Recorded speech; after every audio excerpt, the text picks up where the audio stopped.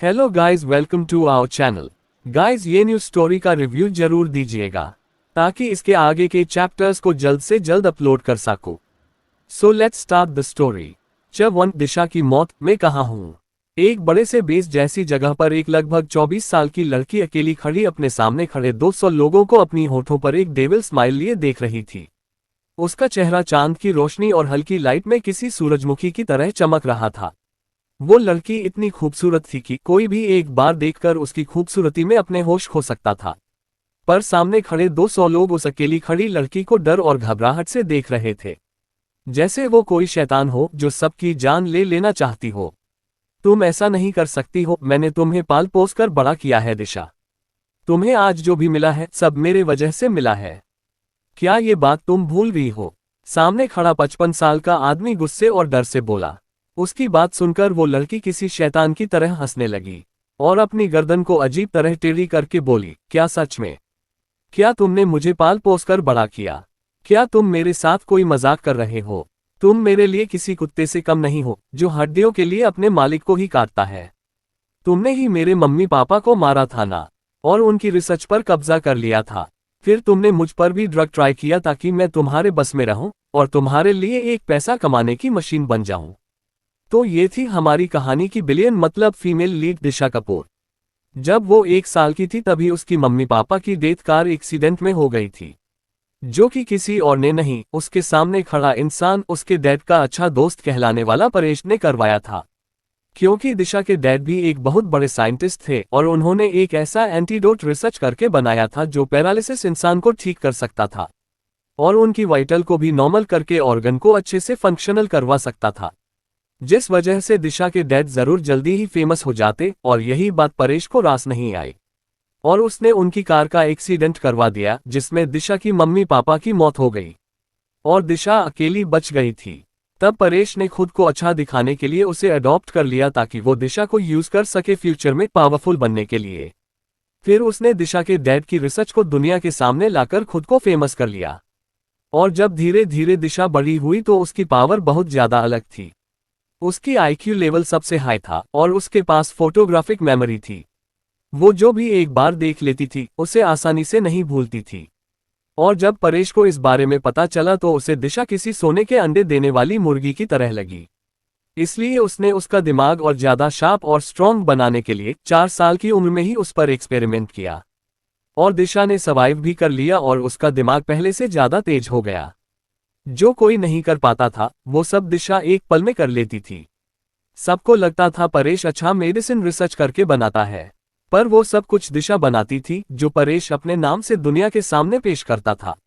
और इस वजह से उसे बहुत सम्मान मिलता था, लोग उसे भगवान की तरह मानने लगे थे। दिशा एक मॉडल बन गई बड़ी होकर और अंडरवर्ल्ड पर भी उसने राज करना शुरू कर दिया, पर उसका सारा आराम परेश और उसकी फैमिली ही उठाया करती थी। दिशा ने भी कभी कुछ नहीं कहा क्योंकि उसे यही लगता था कि परेश और उसकी फैमिली ने उसे अनाथ न बनाकर अडॉप्ट करके उसे नई जिंदगी दी है। इसलिए वो अपने पैसों को परेश की बीवी, बेटा, बेटी किसी को भी खर्च करने से नहीं रोकती थी। आखिरकार दिशा के सामने वो सब प्यार का नाटक जो करते थे। और दिशा ने भी इंसानों पर ज्यादा ध्यान नहीं दिया, वरना वो कब का सच पता लगा चुकी होती। 2 दिन पहले उसने इन सब की बात सुनी थी जब वो परेश, उसकी बीवी रीमा, उसका बेटा सनी और बेटी निताली आपस में बात कर रहे थे और सब बोल रहे थे कि आज तक कैसे उन्होंने दिशा को धोखा दिया और कैसे उसकी मम्मी पापा को मारकर उसके सामने आज तक अच्छे बने रहे। अब परेश और रीमा चाहते थे दिशा की शादी सनी से हो जाए ताकि दिशा पूरी तरह से उनके कंट्रोल में रहे और उन्हें जिंदगी भर पैसा कमाकर देती रहे। वहीं सनी की नजर भी दिशा की खूबसूरती पर थी। वो लड़कियों के साथ रातें बिताता था, अब उसे दिशा चाहिए थी। वो उससे शादी करके उसका इस्तेमाल करना चाहता था। उन्हें सबको पता था दिशा खतरनाक है, इसलिए वो सब कुछ आराम से करना चाहते थे।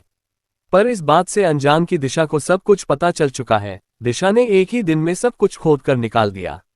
उसके डैड के एक्सपेरिमेंट की चोरी और दूसरों पर गलत एक्सपेरिमेंट करना, सबको धोखा देना, दिशा के काम को चुराना और खुद सबके सामने महान बन जाना, सब कुछ गलत कामों को दिशा ने मीडिया को प्रूफ के साथ भेज दिया और अपने नाम की सारी प्रॉपर्टी गरीबों को और मरीजों के नाम पर कुछ हॉस्पिटल को दान कर दी, जिस वजह से आज सुबह से पूरे देश में परेश और उसकी फैमिली की बेइज्जती हो रही थी। सब उन्हें गालियां दे रहे थे और मर जाने की बद्दुआएं दे रहे थे। और दिशा को सब दुआएं दे रहे थे और उसे खुशी भरी जिंदगी की कामना कर रहे थे। जिस वजह से परेश, रीमा और दोनों बेटा बेटी गुस्से में आग बबूला हो चुके थे। और गुस्से में वो सब अपने लोगों को लेकर दिशा के पर्सनल बेस पर चले आए। आज गुस्से में परेश दिशा को मार डालना चाहता था। सबसे ज्यादा गुस्सा उसे इस बात पर था कि दिशा ने सारी प्रॉपर्टी भिखारी और गरीबों को दान कर दी थी। पर वो भूल गया कि वो कहाँ जा रहा है। वो बिना सोचे समझे शेरनी की मांद में घुस आया था।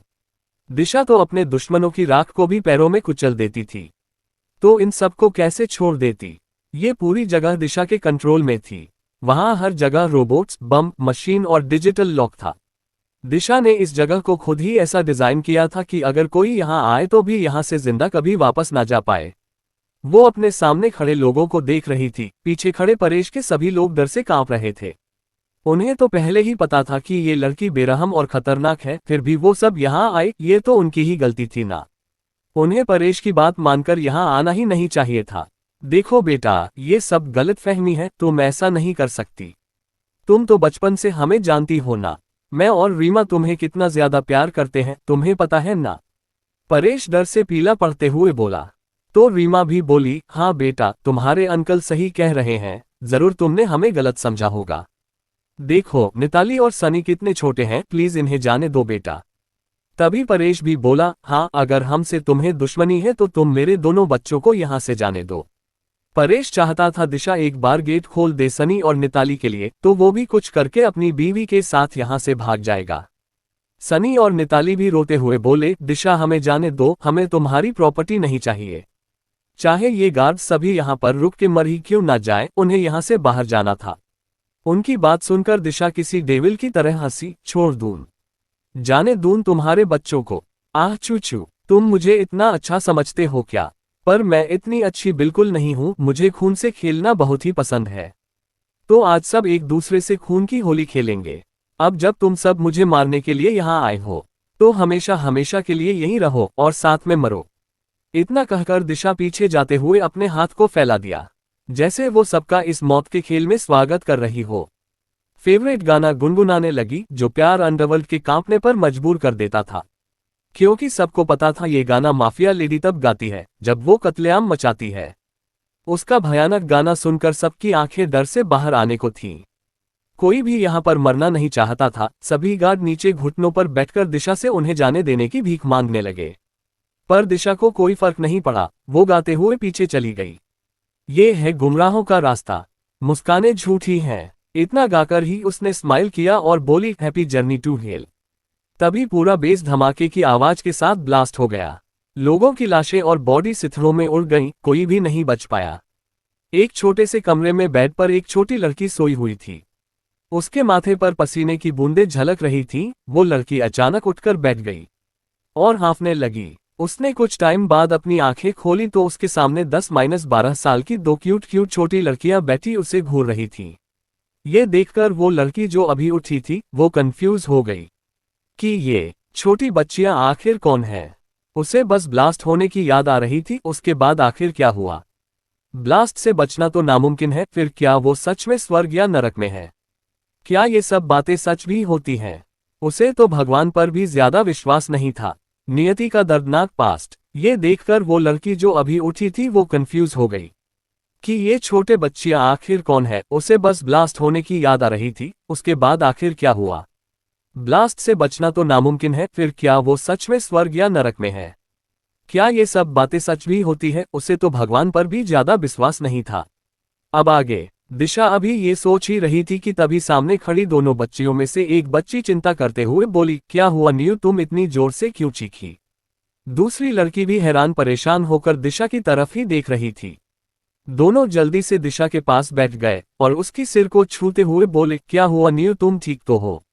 कहीं तुम्हें बुखार ज्यादा तो नहीं हो गया, या फिर तुम्हें कहीं दर्द हो रहा है तो हमें बताओ। दोनों लड़की लागत ज्यादा चिंतित दिख रही थी। वहीं दिशा को तो कुछ समझ ही नहीं आ रहा था कि ये दोनों छोटी बच्चियां कौन है और ये दोनों उस न्यू क्यों बुला रहे हैं। तभी उसकी सिर दर्द से फटने लगा। उसे सब कुछ किसी रील की तरह ही दिखाई देने लगा। वहीं वो दोनों छोटी लड़कियां आपने से अपनी दोनों दोस्त को ऐसे दर्द से तड़पते हुए देखकर रोने लगी। उन्हें भी बहुत दर्द हो रहा था। उनमें से एक लड़की गुस्से से बोली, ये सब उन अमीर बच्चों की वजह से हो रहा है। देखो हमारी नीयू की क्या हालत हो गया है। अगर वो लोग हमारी नीयू को पुल में धक्का नहीं देते तो उसकी ये हालत नहीं हुई होती। दूसरी लड़की जो बहुत मैडम थी वो भी परेशान थी, उसकी आंखों में आंसू थी। क्या हमें बोडेन को बुलाकर नीयू की हालत के बारे में बता देना चाहिए? तभी दिशा उठ गई। उसकी माथे पर लेकर और पसीने की बूंदें थी। उसे इस बॉडी की रियल ओनर की यादें मिल रही थी और उसकी पिछली जन्म की भी, मतलब वो इस लड़की की दूसरी जन्म थी और वो किसी और दुनिया में थी जो बिल्कुल रियल वर्ल्ड जैसा था। इस लड़की की बैकग्राउंड और दोनों जिंदगी की मौत उसे बहुत दयनीय लगी। ये लड़की जिसकी शरीर के अंदर वो आ गई थी, दरअसल वो एक 12 साल की छोटी सी बच्ची थी जिसका नाम नियति था, जिसकी पिछली जीवन की मौत भी दयनीय तरीके से हुई थी। ये एक बड़ी फैमिली, शेखावत फैमिली की छोटी बेटी थी जो यहाँ टॉप 3 में आते थे। पर उसके फैमिली में उसके दादा दादी के अलावा कोई भी उसे पसंद नहीं करता था। सब दे से उसे नफरत करते थे। उसकी खुद का बाप भी उसे पसंद नहीं करता था। उसे सिर्फ अपनी पहली बीवी की बच्चों से मतलब था। नियति की माँ भी ऐसी ही थी। उसे नियति से ज्यादा अपनी सौतेले बच्चों की चिंता थी। नियति को डे से वो देखना ही नहीं चाहती थी। उसे नियति से थोड़ा भी प्यार नहीं था। जब नियति सिर्फ 5 साल की थी उस पर अपनी सौतेली बहन को मारने की कोशिश करने की सजा दी गई। किसी ने भी सच जानने की कोशिश नहीं किया और 5 साल की उम्र में ही उसे चाइल्ड हॉस्टल में छोड़ दिया। उसके घरवाले उसे देखने तक नहीं आते थे। उसके माँ बाप अपने बच्चों के साथ खुश थे। वो दोनों तो नियति को डे से भूल ही गए थे कि उनकी एक और छोटी बेटी भी है। सिर्फ उसकी दादा दादी को ही उसकी थोड़ी चिंता थी। वो ही उसे मिलने आते थे। पर 2 सालों से उसके दादाजी भी कोमा में थे, जिस वजह से उसकी दादी माँ भी यहाँ नहीं आ पा रही थी। पिछली जिंदगी में नियति 12 साल की उम्र में नहीं मरी थी। वो 18 साल की उम्र में अपने दादाजी की मर जाने के बाद घर गई थी, क्योंकि उसकी दादी माँ चाहती थी कि नियति उनके पास रहे। बाकी सब ना खुश थे, फिर भी वो सब नियति को घर के कोने में रहने देने को राजी थे। दादाजी की मौत के वजह से दादी माँ भी बीमार रहने लगी थी, इसलिए वो नियति के लिए कुछ भी नहीं कर सकती थी। फिर भी वो नियति को अपनी आंखों के सामने देखना चाहती थी। पर नियति अपने फैमिली के साथ रहकर ही खुश थी। फिर कुछ दिन में नियति की जिंदगी में एक और मोड़ आया। वो था एक 4 साल छोटा बच्चा कियान, जिसे वो पहले एक बार रोड पर बचाते हुए मिली थी। वो बच्चा एशिया की सबसे बड़ा बिजनेसमैन प्रखर रायजादा का बेटा था, जिसे दुनिया के सभी लोग डेविल, मौत के देवता के रूप में जानते थे। जिस पर वो हाथ रखता था वो सिर्फ उसका हो जाता था। कुछ ही वक्त में रायजादा मेंशन में रहते हुए बीते थे। तभी नियति की सौतेली बहन के लिए प्रखर राणा का रिश्ता आया। नियति की जिंदगी उस दिन से और भी उलझ गई। पहले भी उसे एक मनहूस, बिगड़ल और घटिया लड़की के तौर पर घरवाले जानते थे। प्रखर के आते ही ये दुगना हो गया। कियान को नियति बहुत पसंद थी। नियति को भी वो बच्चा बहुत पसंद था। फिर जब नियति ने प्रखर को देखा तो वो उसके प्यार में पड़ गई। जब को प्रखर उससे 11 साल बड़ा था, 18 साल की नियति को प्रखर से प्यार हो गया। तब से उसकी जिंदगी और भी बदल गई। उसे बचपन से ही खुशी नहीं मिली थी, इसलिए वो ये खुशी को पा लेना चाहती थी। धीरे धीरे प्रखर के लिए उसका प्यार बढ़ता गया और ये पागलपन की हद तक बढ़ गया तो नियति ने घर वालों के सामने जिद किया कि वो प्रखर से शादी करना चाहती है। उसके बाद से घर वालों की नफरत उसके लिए और भी बढ़ गई। उसकी छवि ऐसी हो गई कि वो अपनी जी बहन की पति को छीनना चाहती है और एक घटिया और दूसरों की चीज छीनने वाले नाम से उसे बुलाने लग गए। फिर भी नियति कियान को अपने बेटे की तौर पर और प्रखर को अपने पति की तौर पर पाना चाहती थी, इसलिए उसने शादी के दिन ही धोखे से प्रखर से शादी कर लिया। पूरा परिवार उसे मारने के लिए भी तैयार था, पर प्रखर ने उसे अपने साथ ले गया क्योंकि अब नियति के साथ उसकी शादी हो चुकी थी। पूरे सोसाइटी में उसे अपनी बहन की पति छीनने वाली विकृत लड़की की तरह बुलाने लगे, जिस वजह से प्रखर की फैमिली में भी कुछ लोगों को छोड़कर बाकी सब उससे नफरत करते थे। प्रखर ने उसे भले ही अपने साथ रखा, पर उसे पत्नी का हक नहीं दिया। वो ज्यादातर बाहर ही रहता था, पर सजा के तौर पर उसने नियति को घर में कैद कर दिया था। 18 साल की नियति घर में कैद होकर रह गई। उसे बाहर जाने की इजाजत नहीं थी। फिर भी वो अपने बेटे और पति के साथ खुश थी, क्योंकि प्रखर से वो पागलपन की हद तक प्यार करती थी। कुछ महीने बाद प्रखर ड्रग्स के नशे में था। उस दिन नियति और उसके बीच की सारी दीवार टूट गई। प्रखर और नियति उस रात एक ही गए। उस रात के बाद वो थोड़ा थोड़ा प्रखर को समझने लगी थी और प्रखर को डे से उसकी लत लग गई थी। वो नियति के साथ और करीब आ गया। दोनों के बीच कई बार संबंध बने। फिर भी प्रखर उसे घर से बाहर नहीं जाने देता था। नियति इसमें भी खुश थी कि अब उसे अपने पति का प्यार भी मिल रहा है। पर सब कुछ तब बदल गया जब एक लड़की उसकी जिंदगी में आई जो दावा करती थी कि वो प्रखर की बीवी और कियान की बायोलॉजिकल मां है। तब नियति बुरी तरह से टूट गई थी। उसे लग रहा था प्रखर उसे छोड़ देगा, और शायद उसकी डर को बढ़ाने के लिए कई बार उस लड़की को प्रखर के साथ कुछ दिन बाद न्यूज में देखा गया। उसे और भी बुरा लगा। तभी उसे पता चला कि वो भी प्रेग्नेंट है। ये जानकर वो काफी खुश थी। वो प्रखर को ये बताना चाहती थी ताकि प्रखर उस लड़की से बात करना बंद कर दे, पर वो ऐसा कर पाती उससे पहले उसकी दादी माँ भी चल बसी। वो अपनी दादी माँ को आखिरी बार देखना चाहती थी, इसलिए उसने प्रखर को कई बार फोन किया, पर प्रखर ने फोन नहीं उठाया। इसलिए वो अकेली ही दादी माँ की अंतिम संस्कार देखने शेखावत मेंशन चली गई। वहां भी उसे सब नफरत से गलियां देने लगे थे। उसकी सौतेली बहन सबसे ज्यादा उसे मारना चाहती थी, क्योंकि उसने उससे प्रखर को छीन लिया था। ऊपर से प्रखर की किसी और लड़की के साथ आ रही लगातार की न्यूज से सबको यकीन हो गया था कि प्रखर उसे छोड़ देगा। इसलिए उसकी सौतेले भाई और बहन ने उसे थापड़ मारा। उसकी माँ भी उसे घर से बाहर निकाल दिया। तभी वो एक गाड़ी से टकरा गई, जिस वजह से उसे हॉस्पिटल ले जाना पड़ा। उसकी काफी ब्लड लॉस हो चुकी थी। वो दर्द में भी कई बार उसने प्रखर से कांटेक्ट करने की कोशिश किया, पर कोई फायदा नहीं हुआ। उसका फोन लगा ही नहीं। तभी हॉस्पिटल में आग लग गई। वो चिल्लाती रही, पर कोई उसकी मदद करने के आगे नहीं आया। वो बेड से उठ भी नहीं पा रही थी, क्योंकि अभी अभी उसका एक्सीडेंट हुआ था। तभी डोर की फांक से उसे प्रखर दिखाई दिया, जो एक लड़की को बाहर लेकर जा रहा था। ये देखकर उसने प्रखर को आवाज देने की, पर उसके सामने ही प्रखर चला गया, और धीरे धीरे उस केबिन में भी आग फैल गया, और नियति अपनी पेट में बच्चे के साथ ही उस आग से जलकर मारी गई। और इस जन्म में कुछ बच्चों ने उसे बुली करने के लिए पुल में धक्का दे दिया था, जिस वजह से नियति की सोल उसकी बॉडी से निकल गई, और उसी समय दिशा उसकी बॉडी में आ गई। दिशा ने सब कुछ सोचा। उसे नियति थोड़ी पागल लगी। दूसरों के लिए इतना प्यार ठीक नहीं है, इससे धोखे के सिवा कुछ नहीं मिलता। नियति ने सामने दोनों लड़कियों को देखा जो नियति की सबसे अच्छी दोस्त थी, सुमन और खुशी। सुमन अनाथ थी और खुशी एक मिडिल क्लास फैमिली से थी, पर दोनों को ही गवर्नमेंट की तरफ से स्कॉलरशिप मिला था, जिस वजह से वो नियति के साथ एक ही हॉस्टल में एक ही स्कूल में थे। उन्होंने नियति से उस लाइफ में भी अपने घर वालों और प्रखर से दूर रहने को बोला था, ताकि नियति हट ना हो, पर नियति ने नहीं सुना। सच में नियति कितनी बेवकूफ थी। ये दोनों तो उसके सच दोस्त थे, जो बिना किसी स्वार्थ से उसे प्यार करते थे। जरूर नियति थोड़ी बेवकूफ थी। दिशा ने मन ही मन सोचा, फिर उन दोनों की तरफ देखकर बोली, अरे मैं बिल्कुल ठीक हूं, तुम दोनों इतना परेशान क्यों हो रहे हो, रिलैक्स। उसकी बात सुनकर सुमन और खुशी दोनों शांत हो गए। दिशा जो नियति के बॉडी में थी, वो फीकी स्माइल करके बोली, मैं वॉशरूम से आती हूँ। उसे स्माइल ही नहीं करना आता था, फिर भी वो जबरदस्ती स्माइल करने की कोशिश कर रही थी। ठीक है, तुम जाओ, हम तुम्हारे लिए नीचे से डिनर ले आते हैं। दोनों ने नियति को प्यार से देखा और डिनर लेने बाहर चली गई। नियति वॉशरूम में चली गई। उसने छोटे से शीशे में खुद को देखा, जिस शरीर में वो थी, कमजोर सर, खूबसूरत गोरा बेदाग चांद सा चेहरा, ब्लू आंखें, लंबे काले बाल, नेचुरल रेड लिप्स, हिंथों के नीचे काला तिल। वो कड़की किसी जीती जागती खूबसूरत गुड़िया जैसी लग रही थी। कोई माँ बाप अपनी ही इतनी खूबसूरत गुड़िया जैसी बेटी को कैसे छोड़ सकते हैं। दिशा ने मन ही मन सोचा, फिर फ्रेश होने लगी। उसे पहले स्ट्रोंग होना था और अन सबको वही दर्द लौटना था जो सबने नियति को दिया था। नियति ने उसे अपना शरीर दिया है, वो उसकी ये कर्ज अपने ऊपर नहीं रहने देगा। वहीं दूसरी तरफ एक बड़े से हॉस्पिटल जैसी जगह पर एक लड़की जिंदा आग में जल रही थी और बार बार पुकार रही थी, मुझे बचाए प्रखर जी, वरना मैं और हमारे बच्चे दोनों मर जाएंगे। वो लड़की हद से ज्यादा खूबसूरत थी, पर आज ने उसकी स्किन झुलसकर उसे बदसूरत बना रही थी। पर वो लड़का चाहकर भी उस लड़की के पास नहीं जा पा रहा था। एक बड़े से कमरे में किंग साइज बेड पर तभी एक लड़का हौंफते हुए उठकर बैठ गया। उसकी माथे पर पसीने की बूंदें थी। एक लड़का लगभग 23 साल का लग रहा था।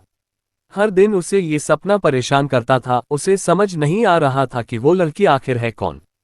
हर दिन वो क्यों उसकी सपनों में आकर उससे सता रही है। तुम जो कोई भी हो, अब तुम हमेशा के लिए मेरी हो। जिस दिन तुम मेरे सामने आए, तुम मेरी बनकर रह जाओगी।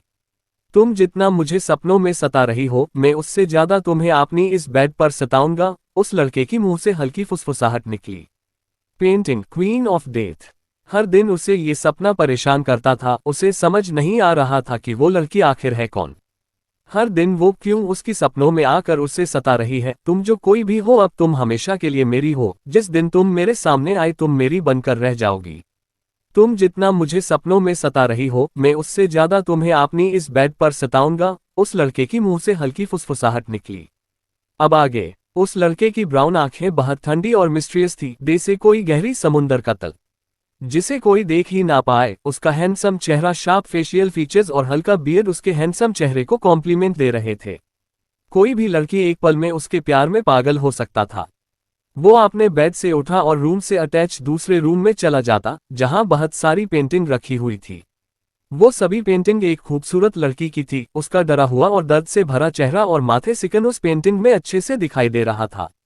फिर भी वो लड़की इतनी खूबसूरत थी कि उस पर से किसी की नजर ही ना हटे। कुछ फोटो में वो मुस्कुरा रही थी, जिसे उस लड़के ने बहुत मेहनत से बनाया था। उस लड़की की ब्लू आंखें किसी तारे की तरह चमक रही थी, जैसे उसकी पूरे दुनिया को रोशन कर रही हो। उसने फिर से पेंट ब्रश उठाया और उस लड़की की पेंटिंग बनाने लगा। उसकी आंखें उस लड़की की हर एक खूबसूरती को अच्छे से तराश रही थी। कुछ ही देर में उस लड़के ने फिर से पेंटिंग बना लिया था। वो पेंटिंग इतनी जीवंत लग रही थी कि जैसे अभी वो लड़की उस पेंटिंग से बाहर निकल आएगी। वहीं दूसरी तरफ हॉस्टल में नियति ने सुमन और खुशी के साथ मिलकर खाना खा लिया था। उसे ये खाना पसंद तो नहीं आया, क्योंकि उसने अपनी पिछली जीवन में दुनिया की अनगिनत डिशेज को टेस्ट किया था। उसके घर पर या बसे पर हमेशा उसके लिए दुनिया के सबसे बेस्ट शेफ मौजूद रहते थे, पर उसने कभी उस खाना को खाते हुए थोड़ी भी खुशी महसूस नहीं किया था, जितना आज इन दो छोटी लड़कियों के साथ इस घटिया हॉस्टल की खाना खाकर हो रहा था। उसे ऐसा लग रहा था आज से उसके पास भी फैमिली है। तीनों ने खाना खा लिया, फिर सुमन और खुशी ने जबरदस्ती नियति को बीच में सुला दिया और उसके दोनों तरफ बैठकर उसकी सिर को सहलाने लगे, ताकि वो सुकून से सो जाए और उसे फिर से कोई बुरा सपना न आ जाए कि पहले की तरह वो फिर से बेहोश हो जाए। ये देखकर नियति मन ही मन खुश थी। चलो, कुछ तो अच्छा हुआ इस नियति के बॉडी में आकर। उसे दो इतने अच्छे, केयरिंग और सच्चे दोस्त जो मिल गए थे। कल से एक नई सुबह होने वाली थी। वो कल से अपनी नई जिंदगी स्टार्ट करने वाली थी, पर अपनी पुरानी तरीके से, ये सोचकर उसने मन ही मन डेविल स्माइल किया। उसके हैं में अभी कम से कम 5 साल तो थे ही सब कुछ हासिल करने के लिए।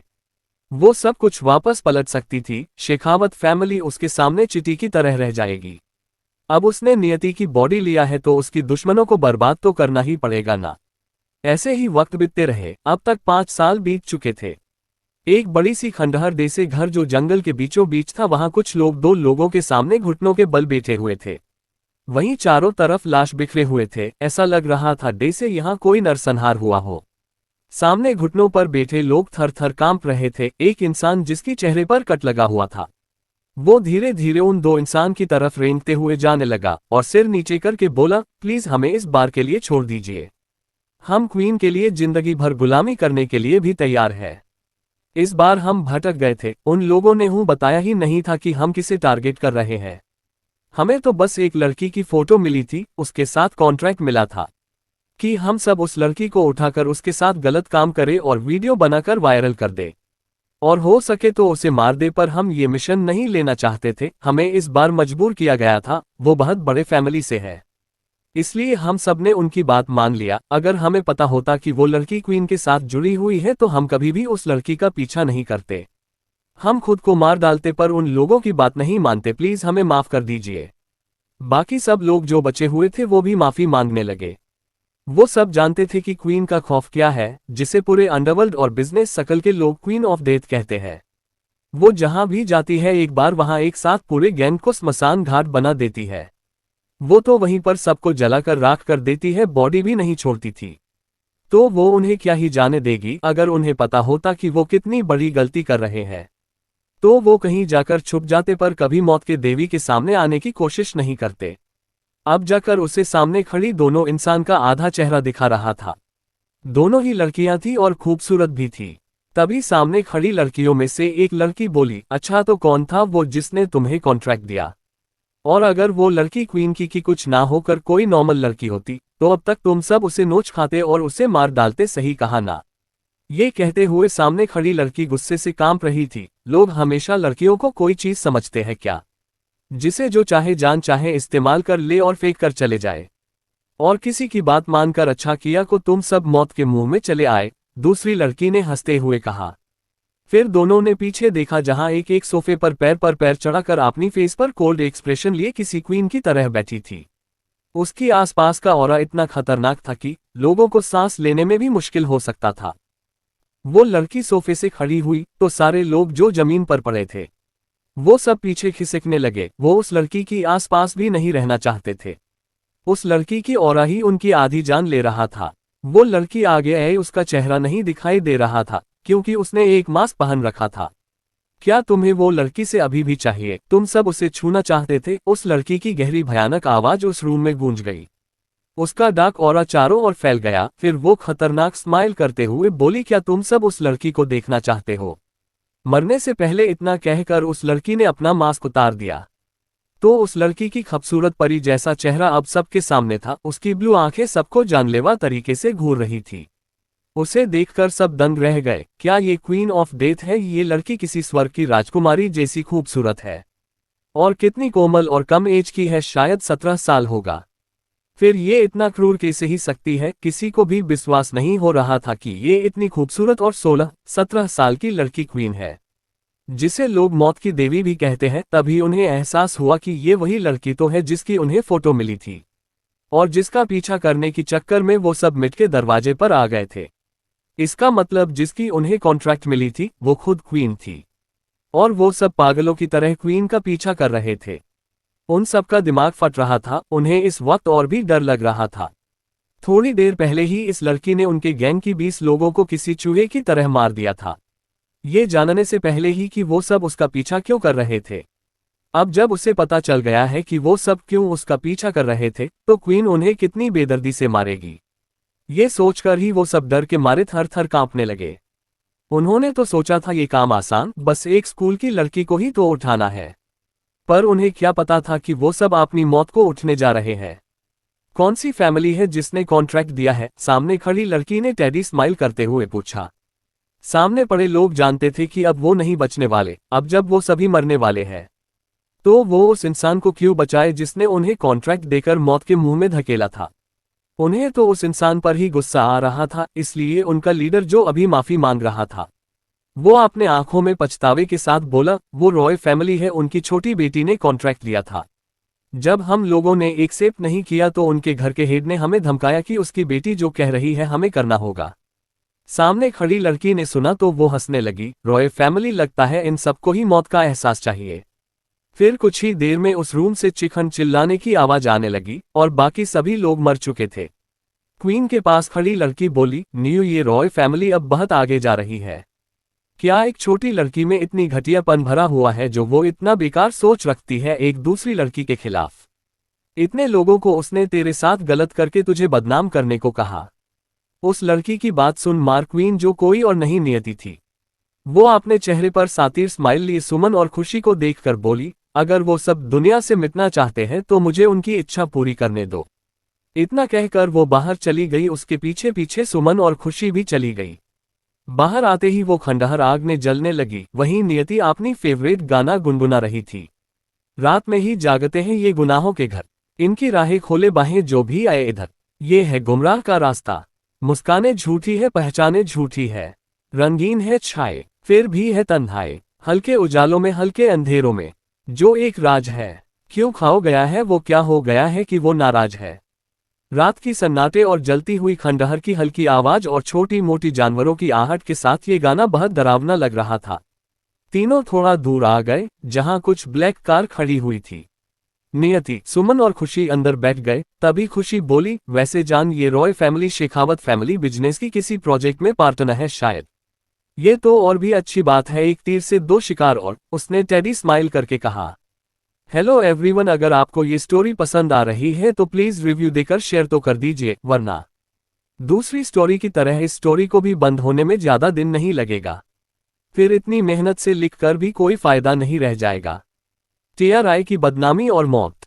रात की सन्नाटे और जलती हुई खंडहर की हल्की आवाज और छोटी मोटी जानवरों की आहट के साथ ये गाना बहुत डरावना लग रहा था। तीनों थोड़ा दूर आ गए जहां कुछ ब्लैक कार खड़ी हुई थी। नियति, सुमन और खुशी अंदर बैठ गए। तभी खुशी बोली, वैसे जान, ये Roy family Shekhawat family business की किसी प्रोजेक्ट में पार्टनर है शायद। ये तो और भी अच्छी बात है, एक तीर से दो शिकार। और उसने टेडी स्माइल करके कहा। अब आगे। उसकी बात सुनकर सुमन और खुशी ने नामे सिर हिला दिया।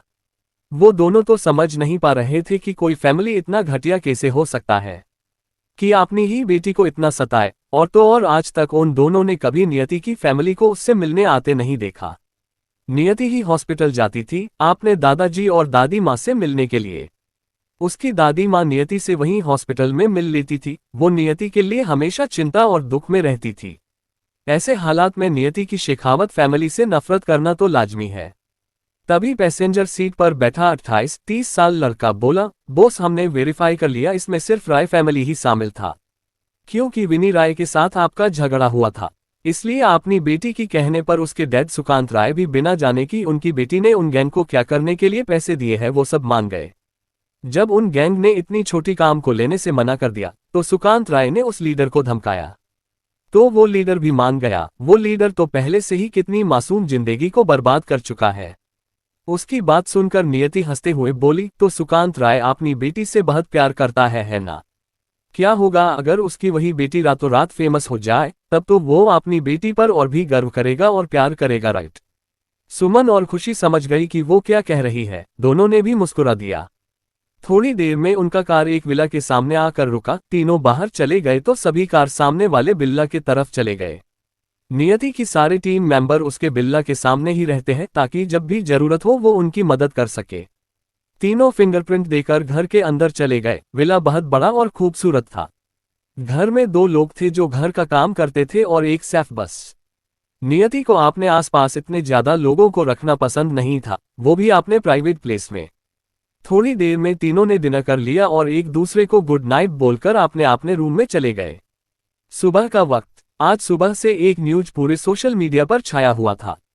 ये न्यूज था टिया राय के बारे में, जिसे लगभग हर कोई जानता था क्योंकि स्कूल में वो बहुत फेमस थी। एक तो करोड़पति राय फैमिली की इकलौती बेटी जो इंडिया की टॉप फैमिलीज में आते थे, ऊपर से वो बहुत खूबसूरत भी थी। उन लोगों ने उसे प्रिंसेस की तरह बड़ा किया था। वो जो भी चाहती हमेशा उसे पूरा किया जाता था। आज तक टिया राय ने बहुत सारी गुनाह किया था। स्कूल में भी उसने कई सारी मिडिल क्लास फैमिली की बच्चों को बुली किया था। 2 बच्चों की तो जान चली गई थी उसकी वजह से, क्योंकि टिया और उसकी दोस्तों ने उन लड़कियों की जबरदस्ती गंदी फोटो लेकर स्कूल की फोरम में डाल दिया था। पर इस केस को भी टिया के डैड सुकांत जी ने संभाल लिया। उस अकाउंट को उन्होंने फेक प्रूफ कर दिया और कोर्ट में साबित कर दिया कि वो 2 लड़कियों ने खुद ही फोटो डाला है फेमस होने के लिए। वो दोनों लड़कियां ही मिडिल क्लास फैमिली से थी, इसलिए वो दोनों इसे सहन नहीं कर पाए और सुसाइड कर लिया। जब उन दोनों की पेरेंट्स ने टिया पर केस किया तो सुकांत राय ने उन्हें धमकाकर चुप कर दिया और इस सिटी से बाहर जाने के लिए मजबूर कर दिया। स्कूल में टिया टॉप 10 में आती थी। खूबसूरती में कई लड़के उसे पसंद करते थे। पर जब से 6 महीने पहले नियति ने वहां ट्रांसफर लिया तब से लगभग सभी लड़के सिर्फ उसके पीछे पड़े हुए थे। उसका गुस्सा टिया नियति पर निकालना चाहती थी। नियति की सिंपल एटाया को देखकर वो सोचती थी नियति एक गरीब फैमिली की बच्ची होगी, इसलिए उसने कई बार नियति को टारगेट किया था, पर हमेशा नियति उसे थापड़ मारकर निकल जाती थी। बार बार अपने स्कूल के बच्चे और लड़कों के सामने इंसल्ट होने के बाद टिया और भड़क गई और एक गैंग को ही नियति के साथ गलत करके मारने के लिए भेज दिया। और उसका बाप वो तो था ही अंधा अपनी बेटी के प्यार में, उसने भी उसकी बात मान लिया। सुबह से सब टिया को सोशल मीडिया पर गालियां दे रहे थे, क्योंकि टिया की दूसरों को बुली करते टाइम की वीडियो और अलग अलग लड़कों के साथ क्लब में किस करते हुए और गलत काम करने की वीडियो भी एक साथ वायरल हो रही थी। लोग तो सोशल मीडिया पर राय फैमिली को भी गालियां दे रहे थे और उनकी घटिया परवरिश पर सवाल उठा रहे थे। ये कितनी बेशर्म लड़की है जिसे अलग अलग लड़कों के साथ सोना पसंद है। आखिरकार राय फैमिली ही घटिया है तो उनकी परवरिश अच्छी कैसे हो सकती है? क्या 1 साल पहले जो 2 लड़कियों के साथ हुआ था कहीं वो सब भी सच तो नहीं है? इनका क्या भरोसा प्रूफ को सुकांत राय ने अपनी बेटी को बचाने के लिए बदल दिया होगा। हाँ, न्यूज आया था तब उन दोनों लड़कियों ने सुसाइड कर लिया था। बेचारी लड़कियां, मुझे उन दोनों के लिए दुख हो रहा है। वहीं एक बड़े से घर में किसी की रोने की आवाज आ रही। ये राय विला था। हॉल में टिया राय बैठकर मगरमच्छ के आंसू बहा रही थी। वो रोते हुए अपने डैड को देखते हुए बोली, डैड कुछ करके इस वीडियोस को हटा दीजिए। तभी उसके गाल पर एक थापड़ पड़ा तो टिया और जोर जोर से रोने लगी। ये सुकांत राय ही थे जिन्होंने फिर से टिया को थापड़ मारा था। अब तक टिया को 10 थापड़ पड़ चुके थे। तुम ये सब घटिया काम करने क्लब जाती थी, तुमने रॉय फैमिली का नाम पूरी तरह से बर्बाद कर दिया है। उनकी बात सुनकर टिया और जोर जोर से रोने लगी। तभी टीना की मोम रेणुका आगे आकर खड़ी हो गई और बोली, सुकांत आप उसे बहुत मार चुके हो। हमें उसे समझाना चाहिए ना कि मारना चाहिए, वो हमारी इकलौती बेटी है। अगर उससे कुछ गलतियां हो गई हैं तो हमें उसे इस वक्त संभालना चाहिए।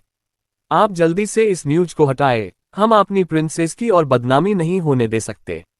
उनकी बात सुनकर सुकांत जी गुस्से से दांत पीसकर बोले, अगर तुम इसे पहले समझा देती तो आज ये सब देखना नहीं पड़ता। और तुम्हें क्या लगता मैंने इस न्यूज को हटाने की कोशिश नहीं की है?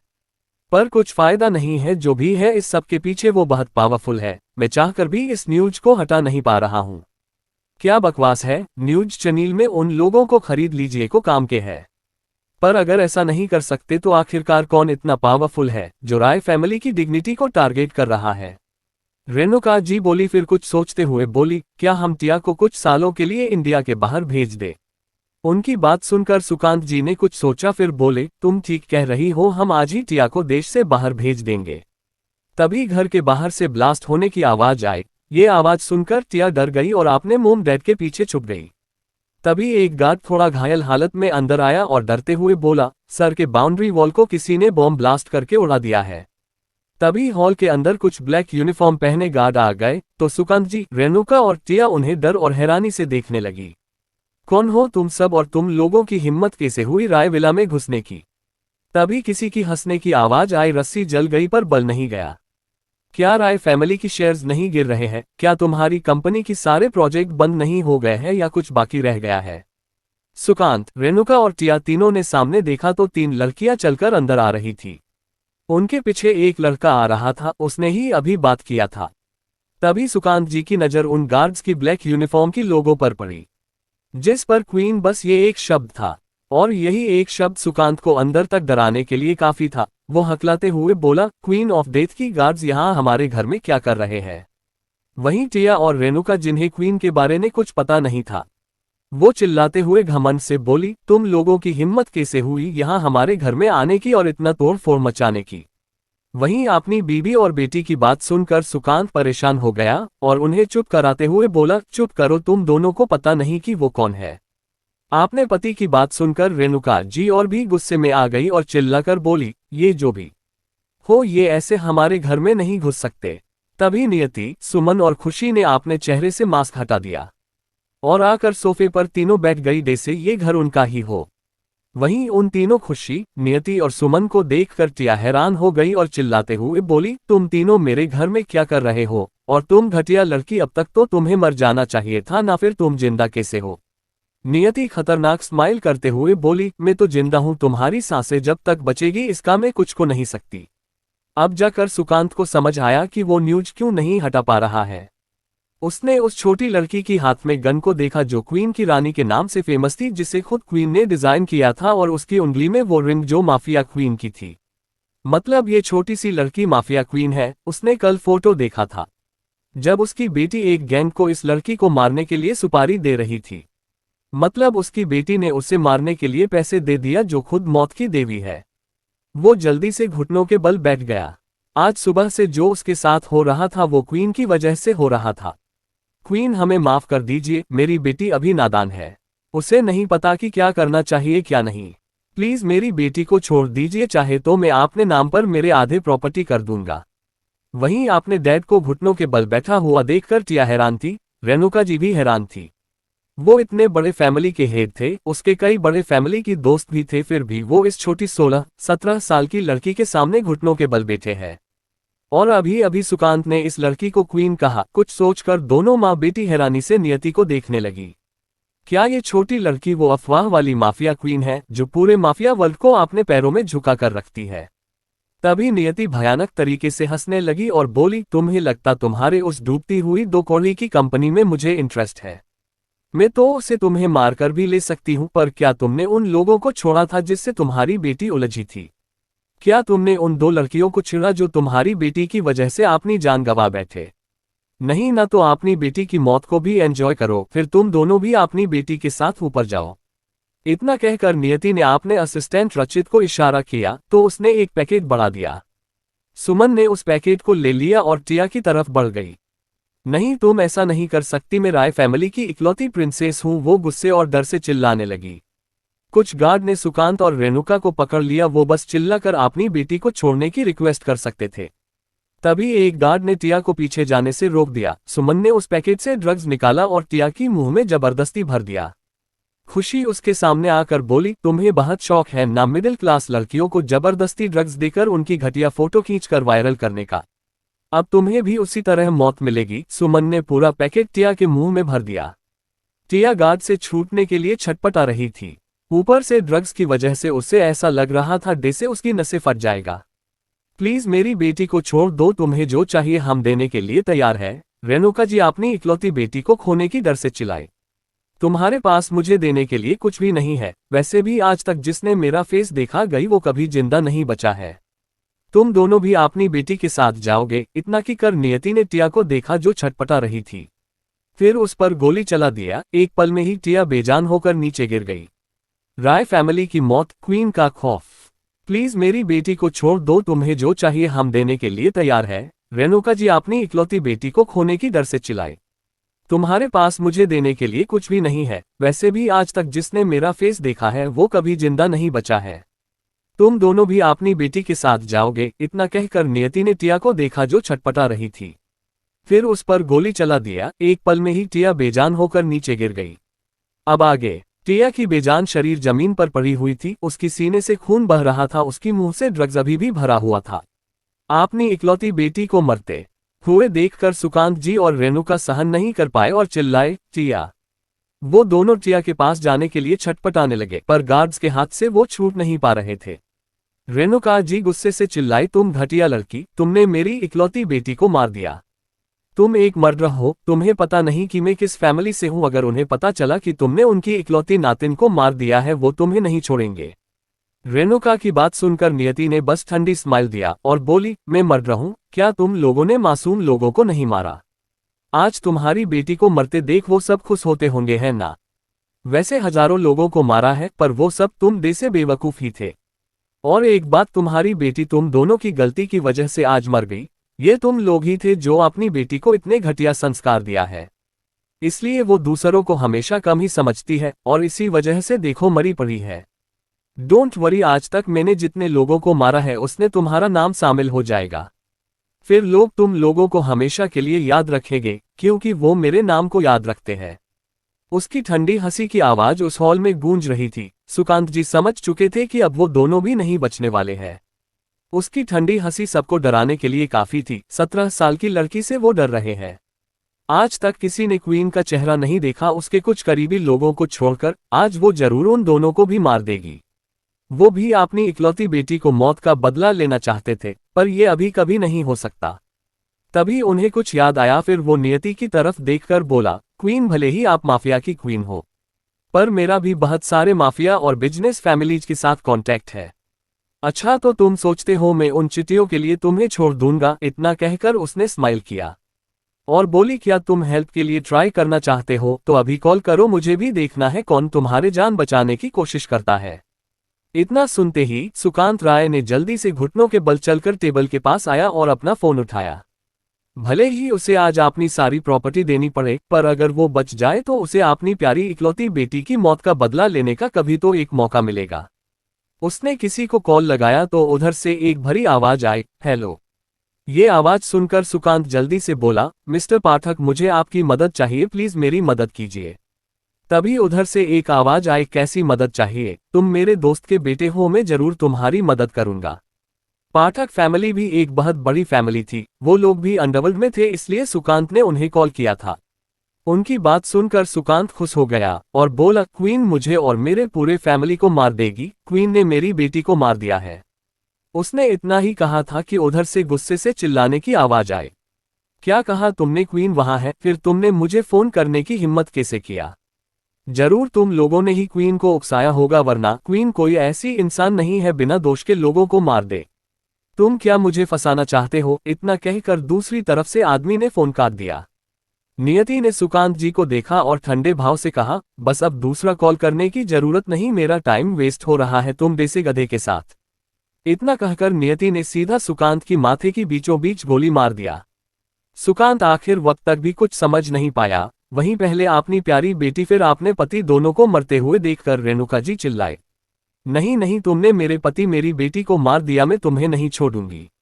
इतना कहकर वो नियति की तरफ गुस्से से भागी। उसने अपनी बेटी की हर गलती को बढ़ावा दिया था, क्योंकि उसकी बेटी उसके लिए सबसे प्यारी थी। बेटी होने के बाद वो कभी दूसरी बार मां नहीं बन पाए, इसलिए वो अपनी बेटी को हर वो चीज देती थी जो उसे चाहिए। उसकी हर जिद पूरी करती थी, चाहे वो अच्छा हो या बुरा। उसने कई बार अपनी बेटी की किए क्राइम को भी छुपाया था, चाहे वो क्राइम कोई मर्डर ही क्यों ना हो। और आज एक पल में उसकी बच्ची, पति सब मर गए, पर वो नियति तक पहुंच पाती। नियति ने उस पर गोली चला दिया, उसकी बॉडी वहीं अपने पति के आगे गिर पड़ी। नियति ने घिन से उन तीनों को देखा, फिर अपना मास्क पहनकर वहां से चली गई। उसके पीछे पीछे सुमन और खुशी भी चले गए। वहीं बाहर कुछ लोग तमाशा देख रहे थे। ये एक हाई रिच सोसाइटी था।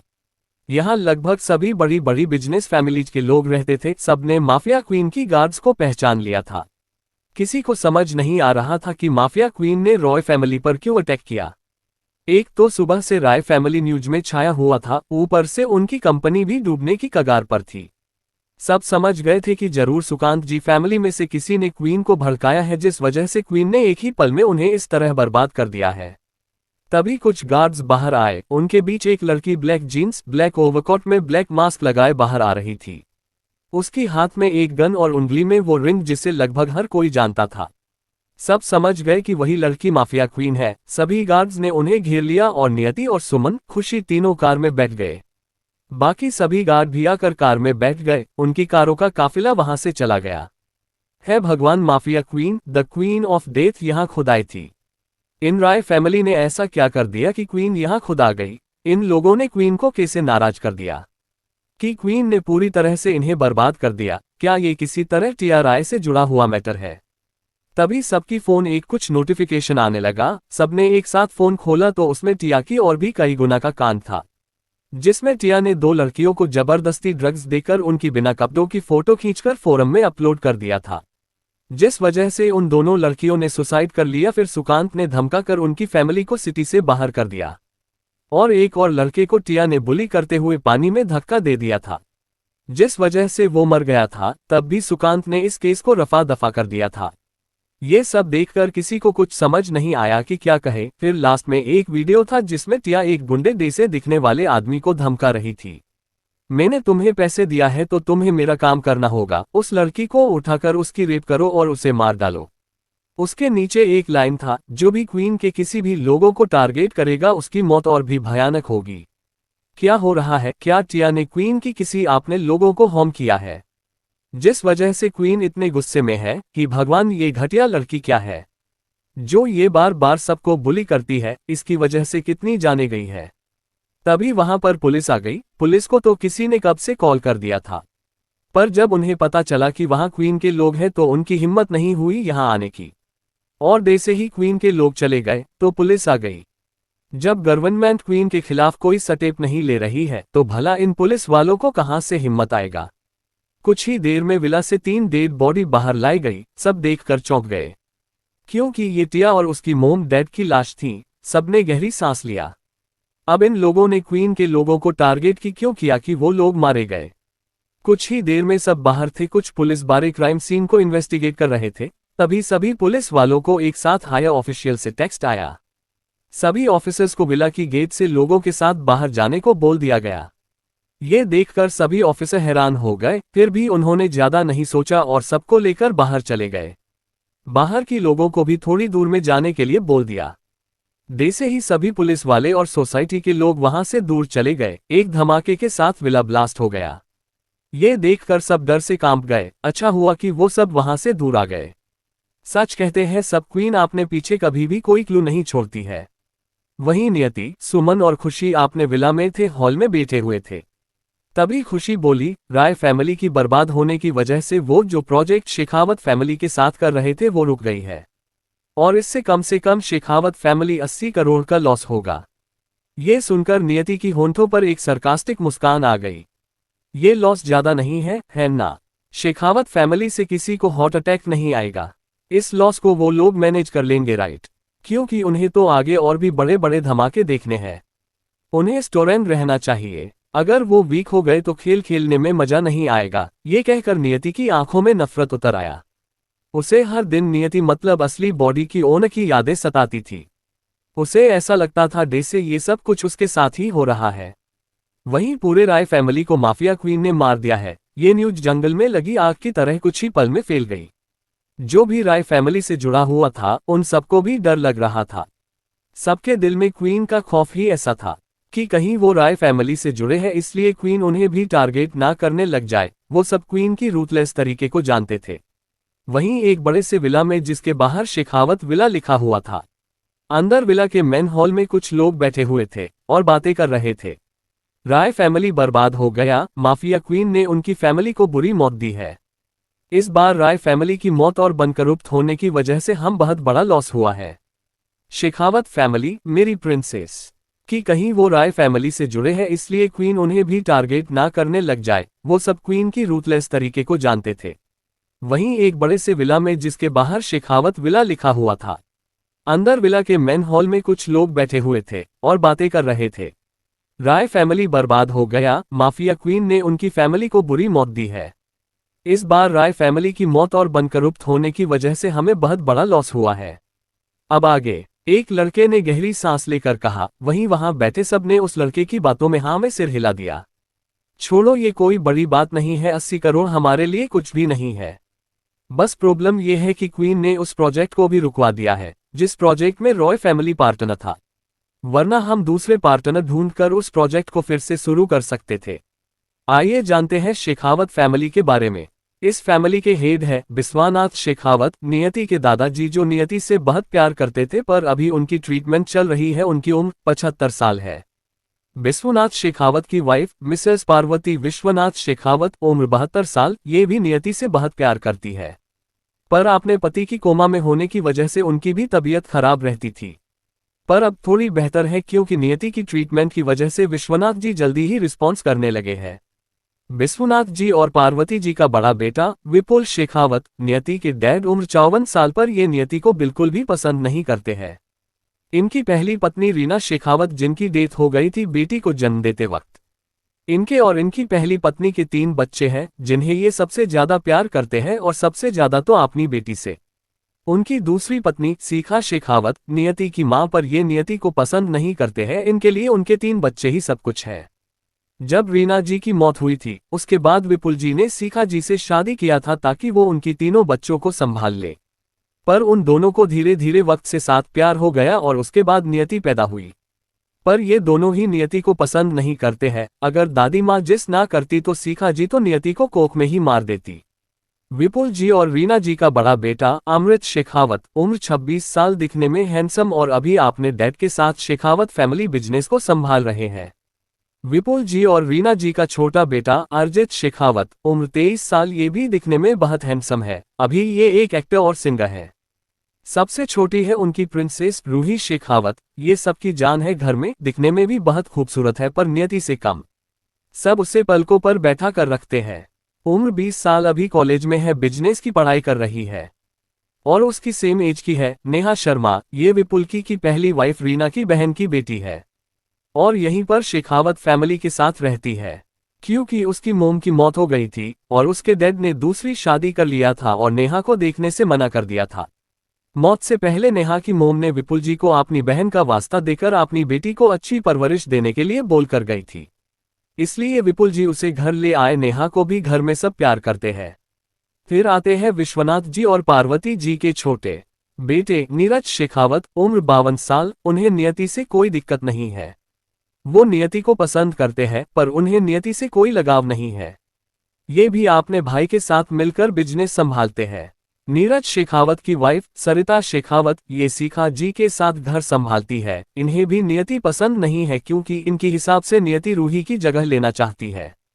नीरज जी और सरिता जी का एक बेटा है, जय शेखावत, उम्र 22 साल। इन्हें अपनी फैमिली से ज्यादा लगाव नहीं है, पर इन्हें सब प्यार करते हैं। ये थोड़ा मस्त मौला टाइप के इंसान है। ये पहले आपने ननिहाल में रहते थे, जिस वजह से ये नियति से कभी मिले नहीं है। 5 साल की उम्र में जब नियति को हॉस्टल भेज दिया गया, उसके बाद ये आपने ननिहाल से वापस आ गए थे, पर नियति से कभी नहीं मिले। ना ही घर में नियति के बारे में कोई बात करता है, इसलिए इन्हें नियति के बारे में ज्यादा कुछ पता नहीं है। सब इन सालों में भूल चुके थे कि नियति नाम की कोई बेटी भी है इस घर की। और अभी जिसने लॉस के बारे में कहा था वो अमृत शेखावत था। वो सब बैठकर बातें कर रहे थे, तभी दादी माँ लिफ्ट से नीचे आया और फैमिली वालों की तरफ बिना देखे ही बटलर से बोली, रामू 4th फ्लोर में रूम को तैयार कर दो। रामू जो थोड़ी दूर खड़ा था वो पार्वती जी की तरफ देखकर बोला, जी ठीक है मैडम, मैं अभी तैयार करवा देता हूँ। तभी दादी माँ बोली, और हाँ, रूम का थीम ब्लैक और ग्रे रखना, कोई ज्यादा एड मत करना, मेरी प्रिंसेस को सिर्फ ब्लैक और ग्रे ही पसंद है, उसे ज्यादा भड़कीला रंग पसंद नहीं है। रामू ने हाँ में सिर हिला दिया और वहां से चला गया। तभी सीखा जी कंफ्यूजन से बोली, माँ आप किसके लिए ऊपर रूम रेडी करवा रहे हैं? और प्रिंसेस को तो पिंक कॉम्बिनेशन पसंद है, तो फिर आपने ब्लैक ग्रे थीम की डेकोरेशन करने को क्यों कहा? उनकी बात सुन मार बाकी सबकी आंखें भी पार्वती जी पर टिक गई। आज सालों बाद वो उनकी चेहरे पर थोड़ी खुशी देख रहे थे, जिसका रीजन किसी को नहीं पता था। वहीं सीखा जी की बात सुनकर पार्वती जी की आंखें ठंडी हो गई। वो ठंडी नजरों से उन्हें घूरते हुए बोली, सीखा तुम्हारी यादाश्त शायद चली गई है, इसलिए तुम भूल गई हो कि इस घर में एक और बेटी है जिसका नाम नियति शेखावत है। मैं अपनी प्रिंसेस नियति के लिए रूम रेडी करवा रही हूँ, ना कि रूही के लिए। वैसे तुम तो हो ना रूही के लिए सब कुछ करने के लिए। जो अपनी सगी बेटी से प्यार ना कर पाए वो तुम जैसी माँ मेरी प्रिंसेस डिजर्व भी नहीं करती। वो तुमसे अच्छी माँ डिजर्व करती थी। सालों बाद मेरी बच्ची मेरी बात मानकर इस घर में आने वाली है। अगर इस बार किसी ने उसे कुछ भी कहा तो मुझसे बुरा कोई नहीं होगा, पर माँ आप जानती हो ना वो लड़की कैसी है। अगर उसने फिर से कुछ किया तो क्या होगा? अगर उसने हमारी प्रिंसेस को गिर से चोट पहुंचाई तो क्या होगा? विपुल जी ने थोड़े गुस्से से कहा। उनकी बात सुनकर दादी माँ हंसते हुए बोली, प्रिंसेस एक बेटी तुम्हारे लिए प्रिंसेस है और दूसरी बेटी कुछ नहीं, उसके लिए सबकी मन में नफरत है। क्या बात है, तुम जैसा बाप तो भगवान किसी को ना दे। काश मेरी नियति बेटी कहीं और जन्म लेती तो तुम जैसे घटिया माँ बाप तो उसे नहीं मिलते। और हाँ, अपनी प्रिंसेस की अगर इतनी चिंता है तो अपनी प्रिंसेस को तुम इस घर से भेज दो ताकि वो सेफ रहे। ये घर और सब कुछ अभी भी मेरे पति का है, इसलिए अपना जुबान चलाना बंद करो। इतना कहकर वो सबको घूरते हुए वो वहां से चली गई। सबका मुंह काला पड़ गया था। वहीं अपनी माँ की बात सुनकर विपुल जी और सीखा जी का सिर शर्मिंदगी से झुक गया था। क्या वो सच में इतने बुरे माँ बाप है? पर गलती तो नियति की है, उनकी नहीं, ये सोचकर उन्हें गुस्सा आ रहा था। वहीं सबसे ज्यादा तो अर्जित का मुंह बन गया था। इस वक्त रूही वहां होती तो नियति की आने की बात सुन मार जरूर डर जाती। अर्जुन ने सबको देखकर कहा, तो सबको अब रूही की चिंता होने लगी। नहीं, मैं उसे अपनी बच्ची के साथ इस बार कुछ भी नहीं करने दूंगी, सीखा जी ने गुस्से से कहा। रिलैक्स मोम, वो कुछ नहीं करेगी शायद, वैसे भी वो अभी 18 साल की होने वाली है, वो बच्ची नहीं रही है अब। शायद सुधर गई होगी, अमृत कुछ सोचते हुए बोला। तो अर्जित बोला, ठीक है, पहले देखते हैं कि वो क्या करती है, उसके बाद अगर उसने फिर से प्रिंसेस को चोट पहुंचाया तो हम उसे छोड़ेंगे नहीं। मैं उसे जरूर एक अच्छा सबक सिखाऊंगा। वहीं जय मन ही मन बोली, ओहो, तो वो लिटिल सिस्टर आ रही है जिसके बारे में मैं दादी माँ से पहले सुना था, इंटरेस्टिंग। वहीं आपने विला में नियति अपने लैपटॉप में ये सब देख रही थी। उसकी चेहरे पर मिस्टीरियस स्माइल आ गई। वो हंसते हुए बोली, हाँ हाँ हाँ, जब तूफान आता है तब आपने साथ सब कुछ उड़ा ले जाता है, और ये बेवकूफ लोग मुझे सबक सिखाएंगे। बस तुम लोगों की चैन की जिंदगी खत्म, अब हर दिन हर रात तुम सब बेचैन रहोगे, सुकून की सांस लेना भी मुश्किल हो जाएगा। तुम चिंता मत करो नियति, तुमने मुझे अपनी बॉडी दिया है तो तुम्हारा बदला लेना तो बनता है। तभी सुमन और खुशी उसके पास आ गए और बोले, जान क्या तुम श्योर हो कि तुम्हें उन घटिया लोगों के पास जाना है? ये लोग तो बस जहर उगलते रहते हैं तुम्हारे खिलाफ। हमें तुम्हारे लिए चिंता नहीं हो रही है, हमें तो बस उन लोगों की चिंता हो रही है, कहीं वो एक गलत वर्ड बोले और तुम्हारे हाथ में रानी प्रकट हो जाए और तुम उन सबकी लाश बिछा दो।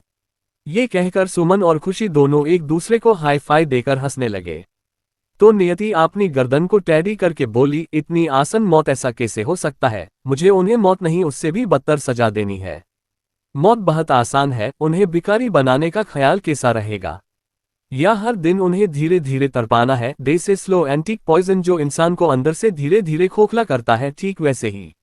ये सुनकर सुमन और खुशी ने एक दूसरे को देखा, फिर बोले, अब हमारी बेरहम क्वीन जा रही है तो कुछ तो करेगी। वहीं वॉशिंगटन, इस वक्त रात का वक्त था। एक लड़का खून से लिपट एक खाली बिल्डिंग के ऊपर खड़ा था। टेरेस पर लाशों का ढेर लगा हुआ था और वो लड़का उन लाशों की ढेर को देखकर क्रीपी स्माइल कर रहा था। उसके हाथ में एक रिमोट था, उसकी ब्राउन आंखें जैसे समुंदर से गहरा था। उसकी आंखों की गहराइयों में हजारों राज जैसे दफन हो गए थे। वो एक पल में ही उस 50 मंजिला बिल्डिंग से नीचे कूद गया। उसके कूदते ही वो बिल्डिंग ब्लास्ट हो गया। वो लड़का साइड की बिल्डिंग की टेरेस पर खड़ा होकर उस बिल्डिंग को जलते हुए देख रहा था। वो खून उसका नहीं बल्कि उसके सारे दुश्मनों का था। तभी एक लड़का उस लड़के के पास आया, बोला, बॉस हमें अभी इंडिया जाना है। उस लड़के ने हाँ में सिर हिला दिया और दोनों वहां से चले गए। कुछ देर बाद एक रूम में एक लड़का सोया हुआ था, उसके माथे पर पसीना था। नो नो बनी, इतना कहकर वो झटके से उठकर बैठ गया। उस लड़के की गहरी ब्राउन आंखें खून की तरह लाल हो गई थी। उसकी आंखों एक दर्द था और कुछ गहरे राज जो उसके सीने में दफन था। इस बार ऐसा नहीं होगा, इतना कहकर उस लड़के ने बाहर देखा तो सिर्फ बादल दिखाई दे रहा था। वो लड़का एक जेट में था। वो अपनी मुट्ठी कसते हुए बोला, प्रखर रायजादा से तुम सबने वो छीना है जो उसके लिए दुनिया थी, जो मेरे जीने की वजह थी। और इस बार मैं तुम सबकी सांसें छीनूंगा। उसकी आंखों में एक आग दिखाई दे रही थी जो सब कुछ जलाकर राख करने को तैयार थी। नियति की शेखावत मेंशन में जाना। इस बार ऐसा नहीं होगा, इतना कहकर उस लड़के ने बाहर देखा तो सिर्फ बादल दिखाई दे रहा था। वो लड़का एक जेट में था। वो अपनी मुट्ठी कसते हुए बोला, प्रखर रायजादा से तुम सबने वो छीना है जो उसके लिए दुनिया थी, जो मेरे जीने की वजह थी। और इस बार मैं तुम सबकी सांसें छीनूंगा। उसकी आंखों में एक आग दिखाई दे रही थी जो सब कुछ जलाकर राख करने को तैयार थी। अब आगे, हर रात वही सपना उसे हमेशा तड़पाता था, जहां वो अपनी बनी को आग के बीच में घिरा हुआ पाता था। 5 सालों से वो रात को सोया नहीं था। पहले पहले तो उसे ये सब बस सपना लगता था, पर धीरे धीरे उसे सब कुछ क्लियर हो रहा था। बहुत जल्द वो फिर से अपनी बनी से मिलने वाला था। वो सब कुछ बदल देना चाहता था। वो उन सबको मार डालना चाहता था जिन्होंने उसकी बनी को उससे छीन लिया था। उसकी आंखों में कई राज दफन थे जो कोई नहीं जानता था। 2 दिन बाद शेखावत मेंशन। आज नियति मेंशन आने वाली थी, इसलिए पार्वती जी सुबह से स्टाफ से कहकर नियति के लिए उसकी सभी फेवरेट डिशेज बनवा रहे थे। वहीं घरवाले बस देख सकते थे, कोई भी नियति के यहाँ फिर से आने से खुश नहीं था। सबसे ज्यादा दुखी तो रूही और नेहाल लग रहे थे। दोनों इस फैमिली की लाडली थी, खास करके रूही जिसे सब प्यार करते थे। रूही आज बहुत सैड लग रही थी, जो सब नोटिस कर रहे थे। और सब जानते थे कि रूही नियति की आने से शायद डर रही है, इसलिए सीखा जी उसके लिए उसकी फेवरेट खाना बना रही थी। कुछ देर बाद शेखावत मेंशन के सामने एक ब्लैक कार आकर रुकी। गार्ड ने जल्दी जाकर दरवाजा खोल दिया, क्योंकि ये कार पार्वती जी की पर्सनल कार था। नियति बस एक लगेज लिए कार से बाहर निकली और पूरे मेंशन को देखते हुए अंदर की तरफ बढ़ गई।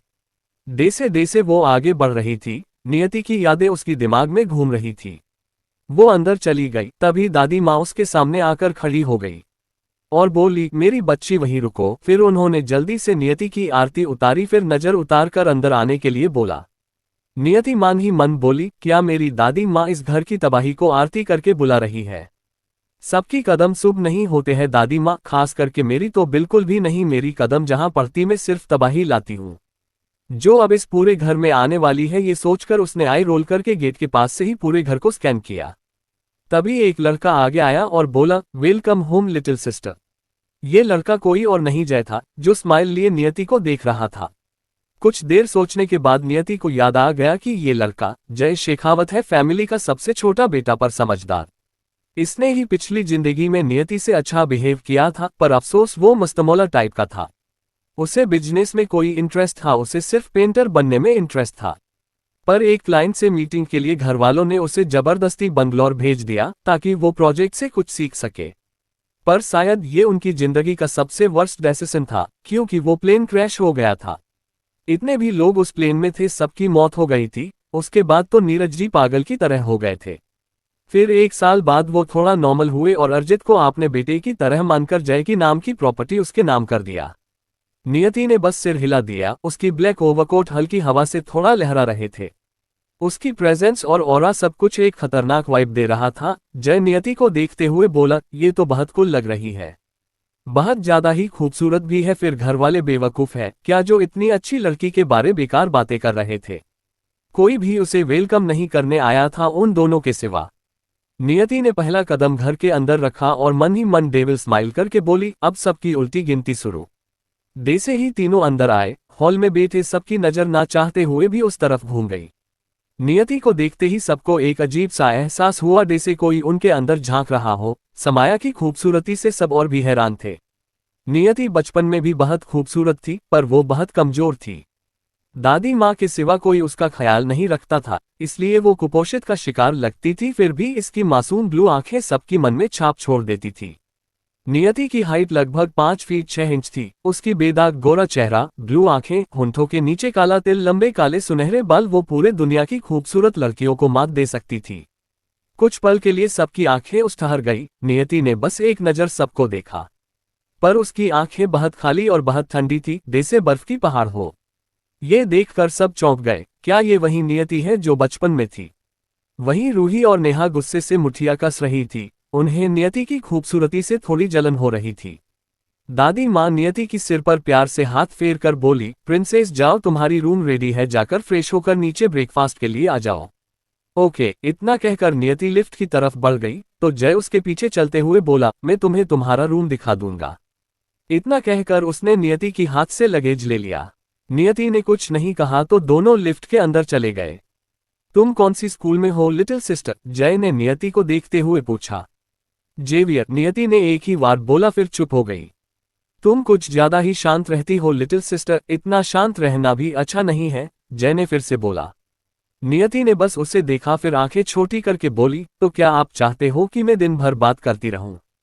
तभी लिफ्ट का डोर ओपन हुआ। नियति सीधा बाहर चली गई। उसने गहरी सांस लिया और सोचा, चलो अब जब ये बड़ा भाई इतना अच्छा है तो फ्यूचर में नियति सिर्फ इस भाई का ख्याल रखेगी।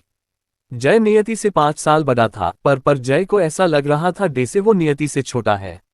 ये रहा तुम्हारी रूम, जय ने उसकी रूम की डोर को ओपन करके बोला। फिर लगेज लेकर अंदर रूम में रख दिया। नियति अंदर चली गई, फिर फ्रेश होने के लिए वॉशरूम में चली गई। जय वहीं सोफे पर बैठ गया। कुछ ही देर में नियति फ्रेश होकर बाहर आ गई तो दोनों नीचे चले गए। वहीं हॉल में सब मुंह बना रहे थे। ये जय नियति के पीछे पीछे क्यों जा रहा है? नेहा ने रूही को देखते हुए बोला। रूही ने कंधे उचका दिया। जय भाई उनसे तो कभी ठीक से बात भी नहीं करते थे, पर अभी नियति के आते ही देखी कैसे उसके पीछे पीछे घूम रहे हैं। ये देखकर सिर्फ उन दोनों को ही नहीं बल्कि बाकी सबको भी हैरानी हो रही थी। सब डाइनिंग टेबल पर बैठे हुए थे, तभी नियति और जय नीचे आए। उन्हें देखते ही दादी माँ ने नियति को अपने पास बैठा लिया। नियति के पास जय बैठ गया। वहीं सब नियति को देख रहे थे। अमृत और अर्जित भी नियति को घूर रहे थे ताकि नियति उनकी बहन के साथ कुछ भी ना करे। वहीं सीखा जी और विपुल जी भी नियति को देख रहे थे। नियति उन्हें किसी अजनबी की तरह ट्रीट कर रही थी, जिस वजह से उन्हें थोड़ी हैरानी हो रही थी। जब नियति बच्ची थी तब वो हमेशा मोम डैड कहकर उनके आगे पीछे भागती रहती थी, पर अब नियति उन्हें किसी अजनबी की तरह ट्रीट कर रही थी। तभी रूही स्माइल करके नियति की तरफ देखकर बोली, नियति क्या तुम्हें नहीं लगता कि तुम्हें मोम डैड और चाचा चाची को ग्रीट करना चाहिए? तुम इतने सालों बाद घर में वापस आए हो। रूही की बात सुनकर नियति ने ठंडी आंखों से उसकी तरफ देखा और मजाकिया मुस्कान लिए बोली, कौन मोम डैड, कौन चाचा चाची, और तुम कौन हो? जितना मुझे याद है मेरे जन्म के वक्त मेरे मोम डैड मर गए थे, ये फिर से कब पैदा हो गए? और मुझे किसी को क्यों ग्रीट करना चाहिए? मेरे दादा दादी ही मेरे लिए जिंदा है। और मैं तभी जय बोला तो नियति फोर्स स्माइल करके बोली, हाँ एक बड़ा भाई भी है बस। वहीं उसकी बात सुनकर विपुल जी और सीखा जी गुस्से से भर गए। अमृत और अर्जित भी गुस्से से भर गए। ये लड़की तो और भी घटिया हो गई है। नियति तुम ऐसा कैसे कह सकती हो? मोम डैड बारे में मोम डैड के होते हुए तुम उन्हें मरा हुआ कैसे कह सकती हो? माँ देखा आपने, ये लड़की और भी बिगड़ गई है। मैं इसलिए इस घटिया लड़की को इस घर में नहीं रखना चाहती थी, सीखा जी गुस्से से बोली। नियति उनकी बात सुनकर हंसते हुए बोली, मिसेस सीखा विपुल शेखावत, आप सच में एक बेवकूफ औरत हो। आपके पास क्या हक है कि आप मुझे कहीं भी रखें? ये घर अभी भी मेरे दादाजी के नाम पर है। फिर रूही की तरफ देखकर बोली, मिस रूही आपके मोम डैड जिंदा है, इससे मेरा क्या लेना देना? मेरे मोम डैड तो मर चुके हैं। मैंने 12 साल पहले ही उनकी अंतिम संस्कार किया था। चैट नियति की कड़वी बातें। माँ, देखा आपने, ये लड़की और भी बिगड़ गई है। मैं इसलिए इस घटिया लड़की को इस घर में नहीं रखना चाहती थी, शिखा जी गुस्से से बोली। नियति उनकी बात सुनकर हंसते हुए बोली, मिसेस शिखा विपुल शेखावत, आप सच में एक बेवकूफ औरत हो। आपके पास क्या हक है कि आप मुझे कहीं भी रखें? ये घर अभी भी मेरे दादाजी के नाम पर है। फिर रूही की तरफ देखकर बोली, मिस रूही, आपके मोम डैड जिंदा है, इससे मेरा क्या लेना देना? मेरे मोम डैड तो मर चुके हैं। मैंने 12 साल पहले ही उनकी अंतिम संस्कार किया था। अब आगे। नियति की बात सुनकर विपुल जी और शिखा जी का चेहरा काला पड़ गया। विपुल जी गुस्से से दांत पीसते हुए बोले, तुम पहले जैसी थी, अब भी वैसे ही हो, तुम्हें अभी भी कोई पछतावा नहीं है। पछतावा? किस बात की पछतावा? ओह हाँ, मैं समझ गई। नियति उनकी बात को बीच में काट कर बोली। फिर मुंह बनाकर बोली, मुझे सच में पछतावा है कि मेरा बाप एक घटिया इंसान था, जिसे सिर्फ अपनी पहली बीवी की बच्चों से प्यार था। उसे अपनी दूसरी बेटी से कोई मतलब नहीं था। पर नहीं, अगर उसे अपनी पहली बीवी की बच्चों से ही प्यार था तो उसने शादी ही क्यों किया? ये भी सोचने की बात है। ये कहकर नियति सोचने की एक्टिंग करते हुए बोली, ऐसे इंसान मेरे हिसाब से घटिया कुत्ते होते हैं, और कोई ना कोई मूर्ख औरत ऐसे इंसानों की प्यार के जाल में फंस ही जाते हैं। जो 3 बच्चों की बाप से शादी कर लेती है और उसके पति और सौतन की बच्चों को उठाकर सिर पर बिठा लेते हैं, फिर खुद भी बच्चे पैदा करके उन्हें कूड़े की तरह फेंक देते हैं, जैसे बच्चा ऊपर आसमान से टपका हो। अच्छा हुआ मैं जल्दी संभल गई। सच में ऐसे माँ और बाप बहुत घटिया और क्रूएल होते हैं। अच्छा हुआ जो वो मर गए। छी, ऐसे माँ बाप के नाम पर कलंक इस धरती पर बोझ बनकर जीकर भी क्या ही करते। इसलिए मैंने उनका अंतिम संस्कार कर दिया। नियति की एक एक बात विपुल जी और शिखा जी की दिल में तीर की तरह चुभ रही थी। विपुल जी की आंखें गुस्से और आंसू की वजह से लाल हो गई। आज नियति ने वो कहा था जो वो भूल गए थे। उन्हें अपनी बीवी रीना से बहुत प्यार था। शिखा जी से भी जब शादी हुई थी तब उन्होंने बोल दिया था कि शायद वो कभी उन्हें वो प्यार ना दे पाए। फिर भी शिखा जी ने सब कुछ संभाल लिया था, उनके तीनों बच्चों को भी। धीरे धीरे उनके बीच में प्यार हो गया। फिर नियति के साथ शिखा जी प्रेग्नेंट हुई। पर बाहर वालों की बातें सुनकर विपुल जी डर गए कि शायद शिखा जी उन दोनों के बच्चे होने के बाद उनके तीनों बच्चों को प्यार नहीं देंगे। ये बात शिखा जी को भी पता था, इसलिए वो उस वक्त बच्चा अबॉर्ट करने की बात कर रही थी। पर पार्वती जी ने उन्हें रोक दिया। विपुल जी का भी दिल नहीं माना कि वो शिखा के साथ इतना बड़ा अन्याय करे अपने खुद के स्वार्थ के लिए। जब नियति हुई और विपुल जी ने उसे गोद में लिया तो उन्हें बहुत खुशी हुई थी। नियति की आंखें बिल्कुल उनकी तरह थी ब्लू, पर रूही को बुरा ना लगे इसलिए वो नियति को कभी गोद में नहीं लेते थे। क्या सच में वो अपनी और रीना की बच्ची के प्यार में अपनी एक और बेटी को इतना दर्द दे दिया कि वो उनसे इतनी नफरत करती है और उन्हें मरा हुआ देखना चाहती थी? विपुल जी ने नियति की ब्लू आंखों में देखा जो नफरत और मजाकिया भाव से भरा हुआ था। वहीं शिखा जी का भी यही हाल था। बचपन में नियति उनके पीछे पीछे भागती थी, चाहे वो उसे इग्नोर ही क्यों ना कर दे। पर आज नियति के तीखे जवाब ने उन्हें अंदर से कचोट रहा था। क्या उन्होंने अपनी बेटी के साथ कुछ गलत कर दिया है?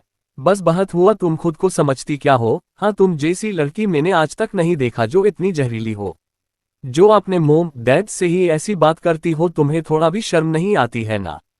पहले तो तुमने हमारी प्रिंसेस रूही की जगह छीनने की कोशिश की, फिर उसे मारने की कोशिश किया और अब मोम डैड को भी मरा हुआ देखना चाहती हो, अरजित चिल्लाकर बोला।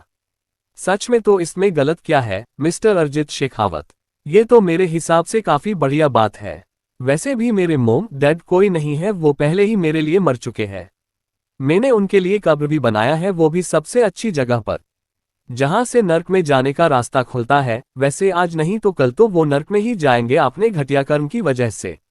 अगर मैंने उनके लिए पहले ही अंतिम संस्कार कर दिया तो क्या ही फर्क पड़ेगा? ऐसे जाओ, वैसे जाओ, अभी जाओ, बाद में जाओ, कैसे भी जाओ, जाना तो उन्हें नर्क में ही है ना। सब नियति की इतनी बेफिक्र और जहरीली बातों से हैरान थे। क्या ये सच में नियति है? ये बचपन में ऐसी तो नहीं थी। कितनी प्यारी थी, आपने घर वालों से प्यार करने वाली और हमेशा उन्हें मोम डैड भाई कहकर उनके पीछे भागने वाली। आज ऐसे कैसे बन गई? क्या उन लोगों ने उसकी गलती के लिए कुछ बड़ी ही सजा दे दिया जो वो ऐसी बन गई? क्या उन्हें उसे हॉस्टल नहीं भेजना चाहिए था? वहीं दादी माँ और जय को तो कोई फर्क ही नहीं पड़ रहा था। दादी माँ को तो अपने बड़े बेटे से नफरत हो गई थी। उनका बड़ा बेटा आज तक एक बार अपनी बेटी को देखने तक नहीं गया। आज अगर उनके पति विश्वनाथ जिंदा है तो वो सिर्फ उनकी पोती नियति की वजह से। पार्वती जी को सबसे ज्यादा प्यार अपने पति से था, अगर उन्हें कुछ जो जाता तो वो भी जिंदा नहीं रहती। वहीं जय को तो हंसी आ रही थी, उसे बहुत इंटरेस्टिंग लग रहा था नियति की बातें। तभी नियति फिर से हंसते हुए बोली, वैसे आपने कहा कि मैंने आपकी बहन की जगह छीनने की कोशिश की, पर वो कैसे, ये मुझे क्यों नहीं पता। और मैं एक क्वीन हूं, मैं अपना खुद का अंपायर बना सकती हूं। तो मुझे आपकी घटिया प्रिंसेस की जगह छीनने की क्या जरूरत है। आपकी बहन बस एक कुएं की मेढक है, मेरी जूती भी उसकी जगह लेने में शर्म महसूस करेगी। उसकी बात सुनकर रूही का चेहरा काला पड़ गया था, उसकी आंखों में आंसू आ गए। क्या नियति उसे कुएं की मेढक कह रही है? वो इस घर की प्रिंसेस है।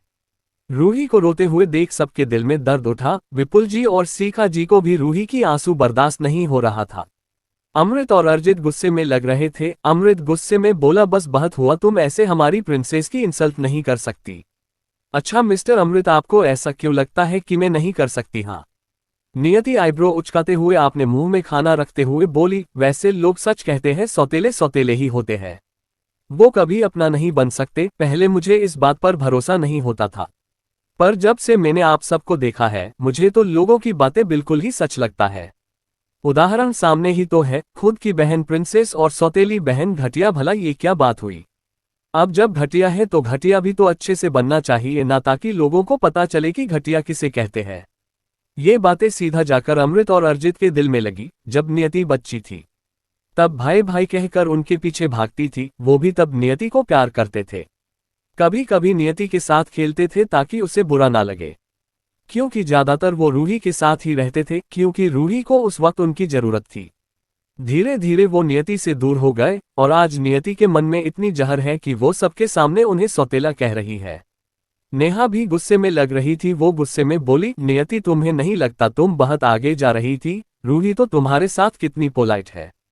और तुम कौन हो? फिर आपने दादी माँ की तरफ देखकर बोली, दादी माँ, क्या ये वही लड़की है जो दूसरों के घर में उनके टुकड़ों पर पलती है? वैसे मानना पड़ेगा मिस्टर एंड मिसेस शेखावत को खुद की बेटी के लिए उनके मन में कोई प्यार नहीं है, पर किसी दूसरे की खून के लिए इतना प्यार। क्या ये इसलिए है क्योंकि ये मिस्टर विपुल शेखावत की प्यारी पहली बीबी की बहन की बेटी है? उसकी बातें सुनकर नेहा भी रोने लगी। नियति कैसे उसकी बेइज्जती कर सकती है? वो जब से इस घर में आई थी, किसी ने भी उसकी इतनी बेइज्जती नहीं किया था। बस अब चुप रहो, बहुत बोल चुकी हो तुम। मुझे नहीं पता था तुम अपनी गलती के बारे में सोचने की बजाय बाहर रहकर और भी जहरीली हो जाओगी। विपुल जी गुस्से से चिल्लाए, वो और नहीं सुन पा रहे थे। नियति उनकी दिल की जख्म को कुरेद रही थी, बार बार उनकी पहली पत्नी की बात कर रही थी। उन्हें ऐसा महसूस हो रहा था जैसे उन्होंने नियति के प्रति बहुत खराब थे। नियति उन्हें एहसास करा रही थी वो भेदभाव करते थे। वहीं सीखा जी की आंखें भी गुस्से से लाल थी।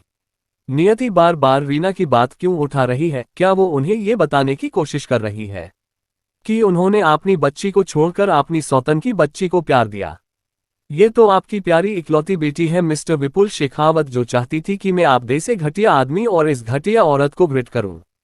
तो उसमें मेरी क्या गलती? मैं घटिया सुअरों को इसी तरह ग्रिट करती हूं, उनकी बेइज्जती करके। उसकी बात सुनकर विपुल जी और सीखा जी की आंखें आज पहली बार दर्द से भर गई। क्या कहा नियति ने उसके लिए? वो दोनों घटिया आदमी और घटिया औरत है बस। नियति, मुझसे गलती हो, मुझे तुम्हें मॉम डैड को ग्रिट करने के लिए नहीं कहना चाहिए था। मुझे नहीं पता था कि तुम हम सबसे इतनी नफरत करती हो। मैं सच में दोषी हूं, मेरी वजह से मॉम डैड तुम्हें प्यार नहीं कर पाए, इसलिए तुम मुझसे इतनी नफरत करती हो। पर प्लीज मॉम डैड को गलत मत समझो, उन्हें इतनी नफरत मत करो।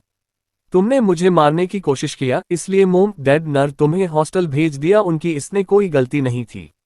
नियति उसकी बात सुन मार किसी डेविल की तरह हंसने लगी। फिर बोली, सच में एक 5 साल की बच्ची ने एक 8 साल की बच्ची को मारने की कोशिश की? ये कितना मजाकिया बात है। जितना मुझे याद, जब बचपन में मेरी मॉम डैड मर गए थे तब मैं बहुत ज्यादा कमजोर थी। मेरी वेट भी शायद 5 किलो होगी। और मुझे जितना याद है तुम्हारे पास मॉम डैड भाई सबका प्यार था, इसलिए तुम खुशी और केयर से कुछ ज्यादा ही फूल गई थी। तुम किसी मोटी हाथी से कम नहीं थी, तो फिर तुम कुछ कर क्यों नहीं पाए? उसकी बात सुनकर रूही और जोरों से रोने लगी। टीम, क्या कहना चाहती हो? मैंने झूठ बोला, मुझे याद है कि तुम मेरे पीछे ही खड़ी थी। अच्छा, मैं तुम्हारे पीछे खड़ी थी तो मैंने तुम्हें मारने की कोशिश की? क्या बेवकूफ और भद्दा जवाब है। इस घर में तो सब एक से बढ़कर एक मूर्ख भरे पड़े हैं। तुम उसे क्यों रुला रही हो? नियति, तुम्हारे मन में इतनी नफरत आती कहां से है? सरिता जी गुस्से से बोली। नफरत किसने कहा? मैं आप सब से नफरत करती हूँ? आप सब तो मेरे लिए जोकर हैं जो मुझे एंटरटेन कर रहे हैं, तो भला मैं आपसे नफरत कैसे कर सकती हूँ? मुझे तो आप सबको देखकर घिन आती है। वैसे मिसेस सरिता शेखावत, आपको अपने बेटे की तो इतनी चिंता नहीं है जितनी बाकी सबकी है। क्या बात है, इस घर में एक नहीं दो मूर्ख औरत है। तुम सरिता जी बस यही कहते कहते रुक गई। उन्हें समझ नहीं आ रहा था कि आगे क्या बोले। नियति बस उन सब की यहाँ बेइज्जती करने ही आई थी क्या? नियति तुम सच में बेशर्म हो। तुम अभी भी बस रूही को रुला रही हो। और तुम क्या चाहती हो कि हम सब मर जाए ताकि ये सारी प्रॉपर्टी तुम्हें मिल जाए? तुम्हें बस दूसरों की जगह और प्रॉपर्टी छीनने का शौक है ना? अर्जित आपने गुस्से को कंट्रोल नहीं कर पा रहा था। आपकी बहन इतनी कमजोर है कि छोटी सी बात सुनकर रो रही है, तो इससे मेरा क्या मतलब? जाए जाकर उसे कहीं छुपा दीजिए ना, मेरा प्यारा घटिया सौतेला भाई। और हाँ, मैं चाहती हूँ कि तुम सब मर जाओ। तो क्या अब तुम सब सुसाइड करने जा रहे हो? नियति की होंठों पर एक मजाकिया मुस्कान थी। वो उन सबका मजाक उड़ा रही थी। दे से कह रही हो तुम सब मरो या जियो, इससे मेरा क्या मतलब? और बाकी रही प्रॉपर्टी की, तो उससे मुझे कोई दिलचस्पी नहीं है। पर वो प्रॉपर्टी मेरे दादाजी की है, भूलो मत, सबका बराबर का हक है। मैं चाहूं तो अपनी हक ले लूंगी। उसकी बात सुनकर सब गुस्से में थे। अमृत और अर्जित आपने जगह से उठ गए, फिर दादी माँ को देखते हुए बोले, आप अभी भी इस लड़की का सपोर्ट करोगे? देख लिया वो क्या चाहती है। तभी दादी माँ बोली, तो उसने गलत ही क्या बोला? तुम सबने रूही को प्रॉपर्टी दिया, यहाँ तक कि 2% शेयर इस बहरवाली लड़की नेहा को भी दे दिया। तो मेरी बच्ची का भी तो उस प्रॉपर्टी पर हक है। चैप्टर 9 में जिंदगी भर तुम्हारी रक्षा करूंगा। मैं चाहूं तो अपनी हक ले लूंगी। उसकी बात सुनकर सब गुस्से में थे। अमृत और अर्जित आपने जगह से उठ गए, फिर दादी माँ को देखते हुए बोले, आप अभी भी इस लड़की का सपोर्ट करोगे? देख लिया वो क्या चाहती है। तभी दादी माँ बोली, तो उसने गलत ही क्या बोला? तुम सबने रूही को प्रॉपर्टी दिया, यहाँ तक कि 2% शेयर इस बहरवाली लड़की नेहा को भी दे दिया। तो मेरी बच्ची का भी तो उस प्रॉपर्टी पर हक है। अब आगे उनकी बात सुनकर सब चुप हो गए। ये सच ही तो था, जब किसी बाहर वाले को प्रॉपर्टी दे सकते हैं तो नियति तो फिर भी घर की बेटी थी, तो उसे प्रॉपर्टी क्यों नहीं मिलना चाहिए? अमृत और अर्जित की मुंह तो बंद ही हो गए। तभी नियति हंसते हुए बोली, लगता है इन लोगों को बहुत सारी प्रॉब्लम है। किसी कूड़े को प्रॉपर्टी मिल सकती है पर मुझे नहीं। क्या ये थोड़ी अजीब बात नहीं है? क्यों मिस्टर विपुल शेखावत, मैंने सही कहा ना? आपकी पहली पत्नी के तीनों बच्चों का ही प्रॉपर्टी पर हक है। इनफैक्ट आपकी पहली पत्नी की बहन की कचरे बेटी को भी प्रॉपर्टी मिल सकता है। तो मुझे क्यों नहीं मिलना चाहिए, जबकि इसमें अभी भी मेरे दादाजी और दादी माँ की शेयर है? विपुल जी थोड़ा शर्मिंदा दिख रहे थे। उन्होंने रूही को 10% शेयर दिया था शेखावत बिजनेस का। वहीं सीखा जी को भी आज बहुत बुरा लग रहा था। भले ही वो नियति से प्यार ना करती हो, पर नियति का भी प्रॉपर्टी पर हक था। विपुल जी ने नेहा को किसी दूसरे ब्रांच की 2% शेयर दिया था। सबके नाम पर ही बिजनेस की शेयर्स थे, सिर्फ नियति को छोड़कर, क्योंकि उन्होंने नियति के बारे में कभी सोचा ही नहीं। तभी नियति के दिल में दर्द हुआ, जिस वजह से नियति को गुस्सा आ रहा था। ये नियति की यादें पता नहीं कब उसकी पीछा छोड़ेगी। विपुल जी गहरी सांस लेकर बोले, तुम्हें भी 10% शेयर मिलेगा जितना रूही को मिला है। डैड, आपको इस लड़की को रूही जितनी प्रॉपर्टी देने की क्या जरूरत है? अर्जित गुस्से से बोला। तभी नियति हंसते हुए बोली, क्यों, ये प्रॉपर्टी अकेले तुम्हारी प्रिंसेस कचरा की है क्या? जो मुझे नहीं मिलेगा सौतेला सौतेला ही होता है। देखो तो खुद की बहन को प्रॉपर्टी और दूसरी बहन को कुछ नहीं, क्या घटिया फैमिली है। वहीं रूही गुस्से से आग बबूला हो रही थी। उसके डैड को क्या जरूरत है इस लड़की को 10% शेयर देने की? क्या नियति उसके जितनी अहमियत रखती है विजय जी के दिल में? तब वो विजय जी बोले, क्या तुम अब से थोड़ा वेल बिहेव कर सकती हो? और क्या तुम अमृत और अर्जित को मेरे पहली पत्नी का बेटा, सौतेला भाई, ये सब ना बोलकर कुछ और बोल सकती हो? नियति खाना खाते हुए उन्हें देखकर ठंडी भाव से बोली, नहीं, ये दोनों मेरे भाई बनने की लायक नहीं है। और ये आप मुझे नहीं बता सकते हैं मिस्टर शेखावत, मुझे जो ठीक लगेगा मैं वही बुलाऊंगी। और वैसे भी मैंने गलत क्या बोल दिया? ये तीनों आपकी पहली बीवी की बच्चे ही तो है।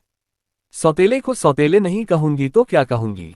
क्या आपके दोनों बेटे ने मुझे कभी बहन जैसा ट्रीट किया है जो मैं उन्हें भाई कहूंगी? मैंने तो कभी रक्षा बंधन भी नहीं देखा कि कैसा होता है। मैंने कभी ये महसूस ही नहीं किया कि भाई की प्रोटेक्शन के अंदर एक बहन को कैसा फील होता है। जब आपके दोनों बेटे अपनी लाडली बहन को घुमाने ले जाते थे, तब मैं भी तो उनके पीछे कभी भाग कर गए होंगी, पर क्या उन्होंने मुझे अपनी बहन जैसा ट्रीट किया है? जब सभी भाई अपनी बहन को प्यार से गिफ्ट्स चॉकलेट देते थे, जब आपके पहली बीवी की दोनों बेटे अपनी लाडली बहन के लिए कुछ भी लाते थे, क्या वो कभी 1 रुपए की चॉकलेट भी मेरे लिए लाए है? ये कैसे भाई हो गए मेरे लिए? ये सिर्फ आपकी और अपनी पहली बीवी की घटिया कुत्ते बेटे हैं। नियति के मन में गुस्सा और नफरत उमड़ आया था, को नियति की यादों से आया था। फिर हंसते हुए बोली, और अपनी सौतेली माँ सीखा सिखावत के बेकार बेटे। उसकी बात सुनकर सबके दिल में टीस सी उठी। अमृत और अर्जित का सिर नीचे हो गया। वहीं जय को भी काफी दुख हुआ, उसकी भी तो बहन नहीं थी। यहाँ आने के बाद उसने भी कभी रूही और नेहा के हाथ से राखी नहीं बंधवाया था। वो तो ज्यादातर घर में ही नहीं रहता था। वो नियति की सिर पर प्यार से हाथ रख के बोली, बच्चा मैं हूं ना तुम्हारा इकलौता भाई। क्या तुम मुझे इस साल राखी बंधोगी? मैं जिंदगी भर तुम्हारी रक्षा करूंगा। मुझे भी आज तक किसी ने राखी नहीं बांधा। उसकी बात सुनकर नियति मन ही मन बोली, आप मुझे नहीं भाई, मुझे आपकी रक्षा करनी पड़ेगी। ये सोचकर उसने लाचारी में सिर हिला दिया और बोली, हाँ शो। वहीं उन दोनों की बात सुनकर अमृत और अर्जित को और भी बुरा लग रहा था। जब वो बचपन के बारे में सोच रहे थे तो उन्हें याद आ रहा था, उन लोगों ने तो सच में कभी नियति के लिए कभी कोई गिफ्ट नहीं लिया और ना ही उसे कभी प्रोटेक्ट किया। क्या रूही के लिए सोचते सोचते वो दोनों इतने आगे बढ़ गए कि नियति की बचपने से भरे मन में उन लोगों ने इतनी नफरत भर दिया?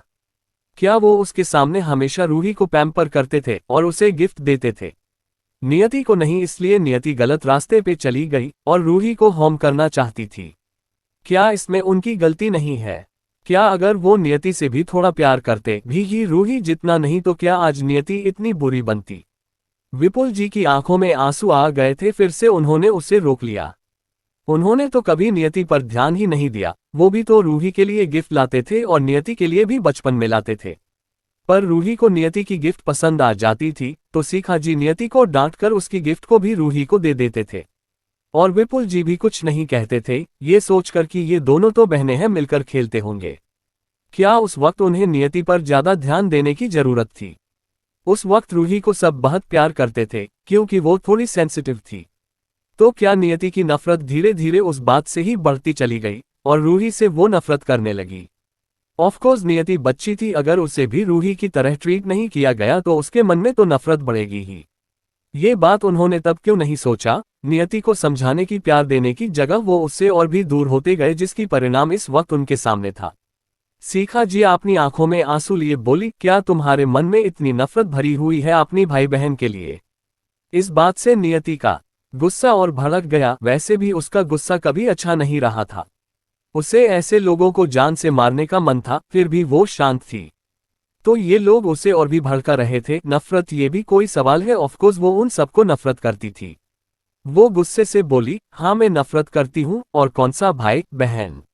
मेरा सिर्फ आज से एक ही भाई है, जय भाई। बाकी ये दोनों घटिया बकवास इंसान मेरे भाई नहीं है और ना ही मेरी कोई बहन है। मुझे कोई दिलचस्पी नहीं आपकी जैसी मूर्ख घटिया औरत की सौतेले बच्चों को भाई बहन बनाने का। नियति, तुम मोम डैड से ये किस तरह से बात कर रही हो? वो तो तुम्हारी भलाई के लिए तुम्हें पनिशमेंट देते थे और अगर तुम्हें गिफ्ट को लेकर शिकायत है तो तुम उस वक्त अमृत भाई और अर्जित भाई को क्यों नहीं बोलती थी? वो भी तुम्हारे लिए गिफ्ट लेकर देते। रूही रोते हुए बोल रही थी, सब मेरी गलती है, मेरी वजह से तुम सबसे नफरत मत करो। उसकी बात सुनकर और रोते हुए देखकर अमृत और अर्जित उसे शांत करवाते हुए बोले, इसमें तुम्हारी कोई गलती नहीं है, सब हम दोनों की गलती है। हमें ही ध्यान देना चाहिए था कि तुम और नियति दोनों हमारी बहन हो। हमें तुम दोनों के लिए गिफ्ट लेनी चाहिए थी, जो हम हर बार भूल जाते थे। तभी नियति हंसते हुए बोली, मिस रूही तुम इतनी तो बेवकूफ या भोली नहीं हो कि आप सब इतनी जल्दी भूल जाए। क्या तुम चाहती हो मैं तुम्हारे घटिया भाइयों से भीख मांगती कि मेरे लिए भी गिफ्ट लेकर आओ? वैसे भी मुझे तुम्हारी तरह दूसरों की चीजें छीनने की आदत नहीं है कि जिसे जो भी मिले उसे रोने की एक्टिंग करके ले जाओ, फिर खुद को मासूम दिखाओ, जैसे तुम ही दुनिया की सबसे मासूम प्राणी हो। ये बात सुनकर सब ने गहरी सांस लिया। ये सब नियति रूही को कह रही थी, ये सबको पता था क्योंकि बचपन में नियति की गिफ्ट सीखा जी रूही को दे देती थी। तब सब चुप रहते थे, किसी को नियति क्या सोच रही है उससे फर्क नहीं पड़ता था। आज उन्हें पता चल रहा था कि वो छोटी छोटी चीज ने आज नियति को क्या बनने पर मजबूर कर दिया है। नियति विपुल जी की तरफ देखकर बोली, मिस्टर विपुल शेखावत, कल मुझे 10% शेयर चाहिए। फिर दादी माँ को देखकर बोली, वैसे वो 10% शेयर मेरा किसी काम की नहीं है। उससे जो पैसा आएगा वो मेरे जानवरों को पालने के लिए भी काफी नहीं है, फिर भी क्योंकि उसमें दादाजी और आपकी भी शेयर्स है इसलिए वो मुझे चाहिए। उसकी बात सुन मार दादी माँ प्यार से नियति की सिर पर हाथ फेरते हुए बोली, बिल्कुल मेरी बच्ची, तुम्हें वो शेयर्स मिल जाएगा। उसके साथ तुम जो चाहे कर सकती हो। उनकी बात सुनकर नियति फिर से खाने लगी।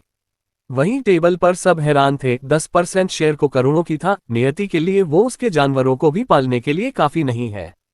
टेबल पर सिर्फ नियति, जय और दादी माँ ही खाना खा रही थी। बाकी सब तो बस उन्हें देख रहे थे। उन सब के मुंह से एक भी निवाला अंदर ही नहीं जा रहा था। नीरज जी और सरिता जी तो कभी नियति को देखते तो कभी जय को। जय पर भी तो उन्होंने ज्यादा ध्यान नहीं दिया, क्या वो भी उनसे नफरत करने लगेगा। वहीं रूही और नेहा सिर नीचे किए बैठी थी। दोनों की आंखों में आंसू था, पर गुस्सा और नफरत की आंसू था शायद। आज नियति ने उन दोनों की ही बेइज्जती किया था। दोनों ने एक दूसरे को आंखों ही आंखों में इशारा किया, फिर खाने लगी। वहीं नियति ने जल्दी से खाना खत्म कर लिया और अपनी जगह से जाने के लिए उठ गई। सबसे बड़ी मनहूस आपकी लाडली है। नीरज जी और सरिता जी तो कभी नियति को देखते तो कभी जय को। जय पर भी तो उन्होंने ज्यादा ध्यान नहीं दिया, क्या वो भी उनसे नफरत करने लगेगा। वहीं रूही और नेहा सिर नीचे किए बैठी थी। दोनों की आंखों में आंसू था, पर गुस्सा और नफरत की आंसू था शायद। आज नियति ने उन दोनों की ही बेइज्जती किया था। दोनों ने एक दूसरे को आंखों ही आंखों में इशारा किया, फिर खाने लगी। वहीं नियति ने जल्दी से खाना खत्म कर लिया और अपनी जगह से जाने के लिए उठ गई। अब आगे जैसे ही नियति नेहा को क्रॉस करके जाने वाली थी, नेहा ने एक शैतानी स्माइल करके नियति के सामने पैर कर दिया। ये देखकर रूही की फेस पर भी डेविल स्माइल आ गई। वो अभी इसी वक्त नियति को मुंह के बल पर नीचे गिरते हुए देखना चाहती थी, ताकि अभी नियति ने जितनी उसकी इंसल्ट किया है उसका थोड़ा बदला ले सके। पर नियति उनकी इस छोटी छोटी स्कीम को कैसे नहीं पहचान पाती। उसकी फेस पर भी एक डेविल स्माइल आ गई। तुम मुझे गिराना चाहती हो, लगता है कुछ ज्यादा ही चस्का चढ़ा है इस लड़की को अपनी पैर तुड़वाने का। मेरा क्या जाता है, जब से आई हूं तब से मुंह चलाकर काम चलाना पड़ रहा है। अगर ऐसा ही चलता रहा तो मेरे हाथ पैर में जंग लग जाएगा। अब ये बेवकूफ जब खुद ही मुझे अपना पैर दे रही है तो तोड़ने में कैसी शर्म। नेहा नियति की गिरने का वेट कर रही थी। वहीं रूही भी नियति की चिल्लाने की आवाज सुनना चाहती थी। जब वो गिरेगी तो वो कितनी ज्यादा एम्बेरस होगी। उससे तो वेट ही नहीं हो रहा था, तभी चिल्लाने की आवाज आई। पर यह आवाज नियति की नहीं, नेहा की थी। नियति ने उसकी पैर पर पैर रख के जोर से मसल दिया था। नेहा को ऐसा लग रहा था जैसे अभी उसकी हड्डियां टूट गई है, उसकी जान निकलती जा रही थी। उसकी मुंह से जोर की चीख निकल गई। सब उसे इतने चिल्लाते देख अपनी चेयर से उठ गए। नियति भी हाथ बांधे खड़ी हुई थी। नेहा तो चेयर से उठ भी नहीं पा रही थी, उसने अपनी पैर पर हाथ रख लिया। सब नेहा के पास आ गए। क्या हुआ बेटा, तुम इतनी जोर से क्यों चिल्ला रही हो? सीखा जी ने चिंता करते हुए पूछा। क्या हुआ नेहा, तुम रो क्यों रही हो? पैर क्यों पकड़ा है? क्या तुम्हें कहीं लग गई है? विपुल जी भी उसके पास आकर पूछने लगे। नेहा को उन्होंने कभी पराया नहीं समझा था। भले ही वो उसे रूही जितना प्यार नहीं करते थे, पर वो भी उनकी बेटी जैसी थी। अमृत, अर्जित भी नेहा को परेशान होकर देख रहे थे। नीरज जी उसके पास नहीं गए। सरिता जी भी थोड़ी परेशान हो गई थी। नेहा उनकी आंखों के सामने बड़ी हुई थी, वो उससे बहुत प्यार करती थी। वहीं दादी माँ और जय चुपचाप बैठकर तमाशा देख रहे थे। उन्हें उसकी रोने से कोई फर्क नहीं पड़ रहा था। तभी नेहा रोते बिलखते हुए नियति को देखकर बोली, नियति अगर तुम्हें मुझसे कोई प्रॉब्लम हो तो मुझे बताओ। तुम मुझे ऐसे हट क्यों कर रही हो? मैंने तुम्हारा क्या बिगाड़ा है? देखो तुमने मेरी पैर का क्या हालत किया है। नेहा सच में जोर से रो रही थी। उसे सच में बहुत ज्यादा दर्द हो रहा था। वहीं नियति उसे बिना किसी इमोशन के देख रही थी। सीखा जी गुस्से से आगे बढ़ गई। उनके मन में नियति के लिए जो गिल्टी था वो डे से इस वक्त कहीं गायब हो गई थी। सीखा जी ने नियति पर हाथ उठा दिया। ये देखकर विपुल जी हैरान हो गए। वो आगे जाकर सीखा को रोकना चाहते थे। वो नहीं चाहते थे कि नियति की नफरत और भी बढ़ जाए, पर अब देर हो गई थी। पर सीखा जी की हाथ नियति की गाल पर लग पाती उससे पहले नियति ने उनकी हाथ को कसकर पकड़ लिया। नियति की पकड़ इतनी मजबूत थी कि सीखा जी की चीख निकल गई। जय जो नियति के पास आ गया था वो वहीं रुक गया। तुम घटिया बेवकूफ औरत, तुम्हारी हिम्मत कैसे हुई मुझ पर हाथ उठाने की? आज तक किसी ने ऐसी गलती नहीं की है। आज तक मुझ पर हाथ उठाने की जितने लोगों ने कोशिश किया है उन सब की हाथ तोड़ दिया है मैंने, तो तुम कौन हो? हाँ, नियति को बहुत गुस्सा आ रहा था। पिछली जिंदगी में भी उसे धोखा मिला था, पर कभी किसी ने उस पर हाथ नहीं उठाया था। जिसने भी उस पर हाथ उठाने की कोशिश की उन सबको नियति ने नर्क के दर्शन करवा दिया था। और ये बेवकूफ औरत उस पर हाथ उठा रही थी। नियति छोड़ो मोम को, तुम बहुत आगे जा रही हो। सीखा जी नियति की लाल आंखों को देखकर डर गई थी। उन्हें अपने हाथ में बहुत दर्द भी हो रहा था। अर्जित आगे बढ़ा और सीखा जी को नियति से दूर करने की कोशिश करने लगा। नियति मोम को छोड़ो, उन्हें दर्द हो रहा है। पर अर्जित चाहकर भी सीखा जी को नियति की हाथ से छुड़ा नहीं पा रहा था। नियति की ग्रिप काफी स्ट्रोंग थी। वो हैरान था कि इतनी दुबली पतली लड़की इतनी स्ट्रोंग कैसे हो सकती है कि वो खुद भी उससे छुड़ा नहीं पा रहा था। तभी अमृत ने नियति की एक हाथ को पकड़ लिया और बोला, बस नियति, बहुत हुआ, अब मोम को छोड़ दो। नियति ने एक झटके के साथ अमृत की हाथ को झटक दिया। अमृत 2 कदम पीछे हो गया। वो भी नियति की स्ट्रेंथ को देखकर हैरान था। आपकी हिम्मत कैसे हुई आपने इस घटिया हाथ से मुझे छूने की? नियति की गुस्से को देखकर सब हैरान थे। वहीं जय ने अर्जित को पीछे धक्का दे दिया, तुम मेरी बहन से दूर रहो। जय की बात सुनकर सब शॉक थे। जय तो रूही और नेहा को भी कभी बहन नहीं कहता था, वो तो उन्हें देखते ही अपना रास्ता बदल लेता था। किसी को उम्मीद नहीं थी कि जय एक ही मीटिंग में नियति से इतना अटैच हो जाएगा। तभी विपुल जी गहरी सांस लेकर बोले, नियति प्लीज अपनी मोम को छोड़ दो, वो रो रही है। नियति ने गुस्से से सीखा जी की हाथ को झटक दिया, फिर टेबल पर रखे टिश्यू से अपना हाथ साफ करने लगी, जैसे उसने कितनी ही गंदी चीज को छू लिया हो। फिर गुस्से से बोली, ये औरत मेरी माँ नहीं है, अगली बार इसे मेरी माँ मत कहना मिस्टर विपुल शेखावत। मेरी माँ मर गई है और ये औरत एक माँ कहलाने की लायक नहीं है। भगवान ने इसे कोख देकर गलती किया है। जो अपनी बच्चे को मारने की कोशिश कर सकती है वो माँ नहीं हो सकती। वो तो डायन से भी ज्यादा खतरनाक है, किसी भयानक क्रिएचर से कम नहीं है ये औरत। दुनिया में कितने ही लोग बच्चा चाहते हैं पर उन्हें नहीं मिलती, पर ये औरत एक औरत के नाम पर भी कलंक है। तभी सीखा जी जो रो रही थी वो थोड़े गुस्से से बोली, नियति तुम बहुत ज्यादा बोल रही हो, भूलो मत मैंने ही तुम्हें जन्म दिया है और तुमने नेहा को चोट पहुंचाई। ये नफरत तुम्हारे मन में कौन भर रहा है? तुम सच में मनहूस हो? तुम नहीं थी तो सब ठीक था, अब देखो फिर से इस घर में प्रॉब्लम हो रहा है। उनकी बात सुनकर नियति डेविल की तरह हंसते हुए बोली, मिसेस सीखा शेखावत, मेरे लिए सबसे बड़ा अपमान यही है कि आपने मुझे जन्म दिया है। आप माँ बनने की लायक भी नहीं है। आपसे अच्छा तो कोई बच्चा किसी भिखारी से जन्म लेगा, कम से कम उसे माँ बाप का प्यार तो मिलेगा। अच्छा हुआ कि आप दोबारा प्रेग्नेंट नहीं हुई, वरना क्या पता आप उस बच्चे को भी मार डालती। आप मुझे मनहूस कह रही हो ना? मनहूस तो आप और आपके पति है। शायद भगवान को भी पता चल गया होगा कि आप माँ बनने की लायक नहीं हो, इसलिए यूपी दोबारा कभी माँ ही नहीं बन पाए। और सबसे ज्यादा मनहूस तो आपकी लाडली है जो पैदा होते ही अपनी माँ को खा गई। फिर भी उसे तो आप किसी खजाने की तरह रखते हो, फिर मैं कैसे मनहूस हो गई? ये बात सीधा जाकर रूही, अमृत, अर्जित, विपुल जी और सीखा जी के दिल में लगी। रूही जो नेहा के साथ खड़ी थी, उनकी आंखों से तेजी से आंसू बहने लगे। आज तक किसी ने उसे मनहूस नहीं कहा था। वो अपनी माँ को खा गई, ये सुनकर उसे नियति पर बहुत गुस्सा आ रहा था।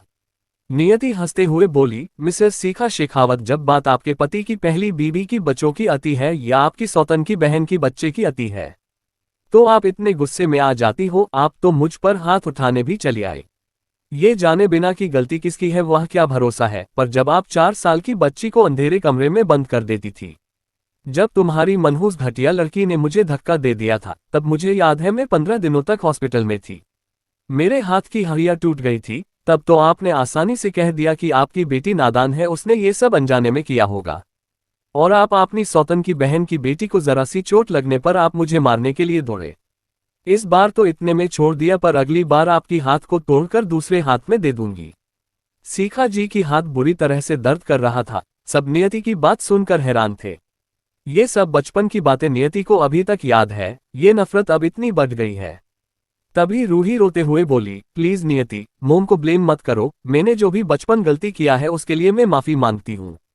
ये कहकर वो घुटनों के बल बैठ गई। प्लीज मोम बस मुझे थोड़ा ज्यादा प्यार करती थी। इसका मतलब ये नहीं कि तुम उन्हें इतना सुनाओ। मोम और डैड तुम्हें भी प्यार करते हैं। प्लीज ऐसा मत कहो। क्या ने सच में मनहूस हूँ? डैड, मोम, भाई, मुझे माफ कर दीजिए। मेरी वजह से नियति आप सबसे नफरत करने लगी है। नहीं बच्चा, तुम मनहूस नहीं, तुम तो हमारे लिए हमारी लकी प्रिंसेस हो। अमृत और अर्जित नियति को गुस्से से देखते हुए बोले। विपुल जी ने भी रूही को नीचे से उठाया और उसकी आंखों से आंसू साफ करते हुए बोले, तुम मनहूस नहीं हो। नियति इस वक्त गुस्से में है, इसलिए कुछ भी बोल रही है। सीखा जी भी हैरानी से नियति को देख रही थी। क्या बोले समझ नहीं पा रही थी। वहीं नेहा बस रो रही थी। किसी का ध्यान अब उस पर नहीं था। क्या सबको उसकी केयर नहीं करनी चाहिए थी? उसको ऐसे रोते देख सबको बुरा लग रहा था। विपुल जी नियति को देखकर बोले, नियति अब प्लीज चुप हो जाओ। तुम ऐसे कैसे अपनी बहन को मनहूस कह सकती हो? मानता हूं सीखा ने गलत किया, पर तुम गुस्सा रूही पर तो नहीं निकाल सकती ना। मिस्टर विपुल शेखावत को अपनी पहली बीबी की बेटी से इतना प्यार है। क्यों जब आपकी बीबी मुझे मनहूस कह रही थी तब तो आप बोलने नहीं आए, जब बात आपकी प्यारी बेटी की आई तो आपके दिल में दर्द हो रहा है। अभी के लिए इतना ही, मिलते हैं अगले चैप्टर में, तब तक के लिए stay happy and healthy. Please like share comment review जरूर दीजिए। आगे क्या होगा जानने के लिए जुड़े रहिए मेरे साथ। Thanks for watching my friends, next episode come soon.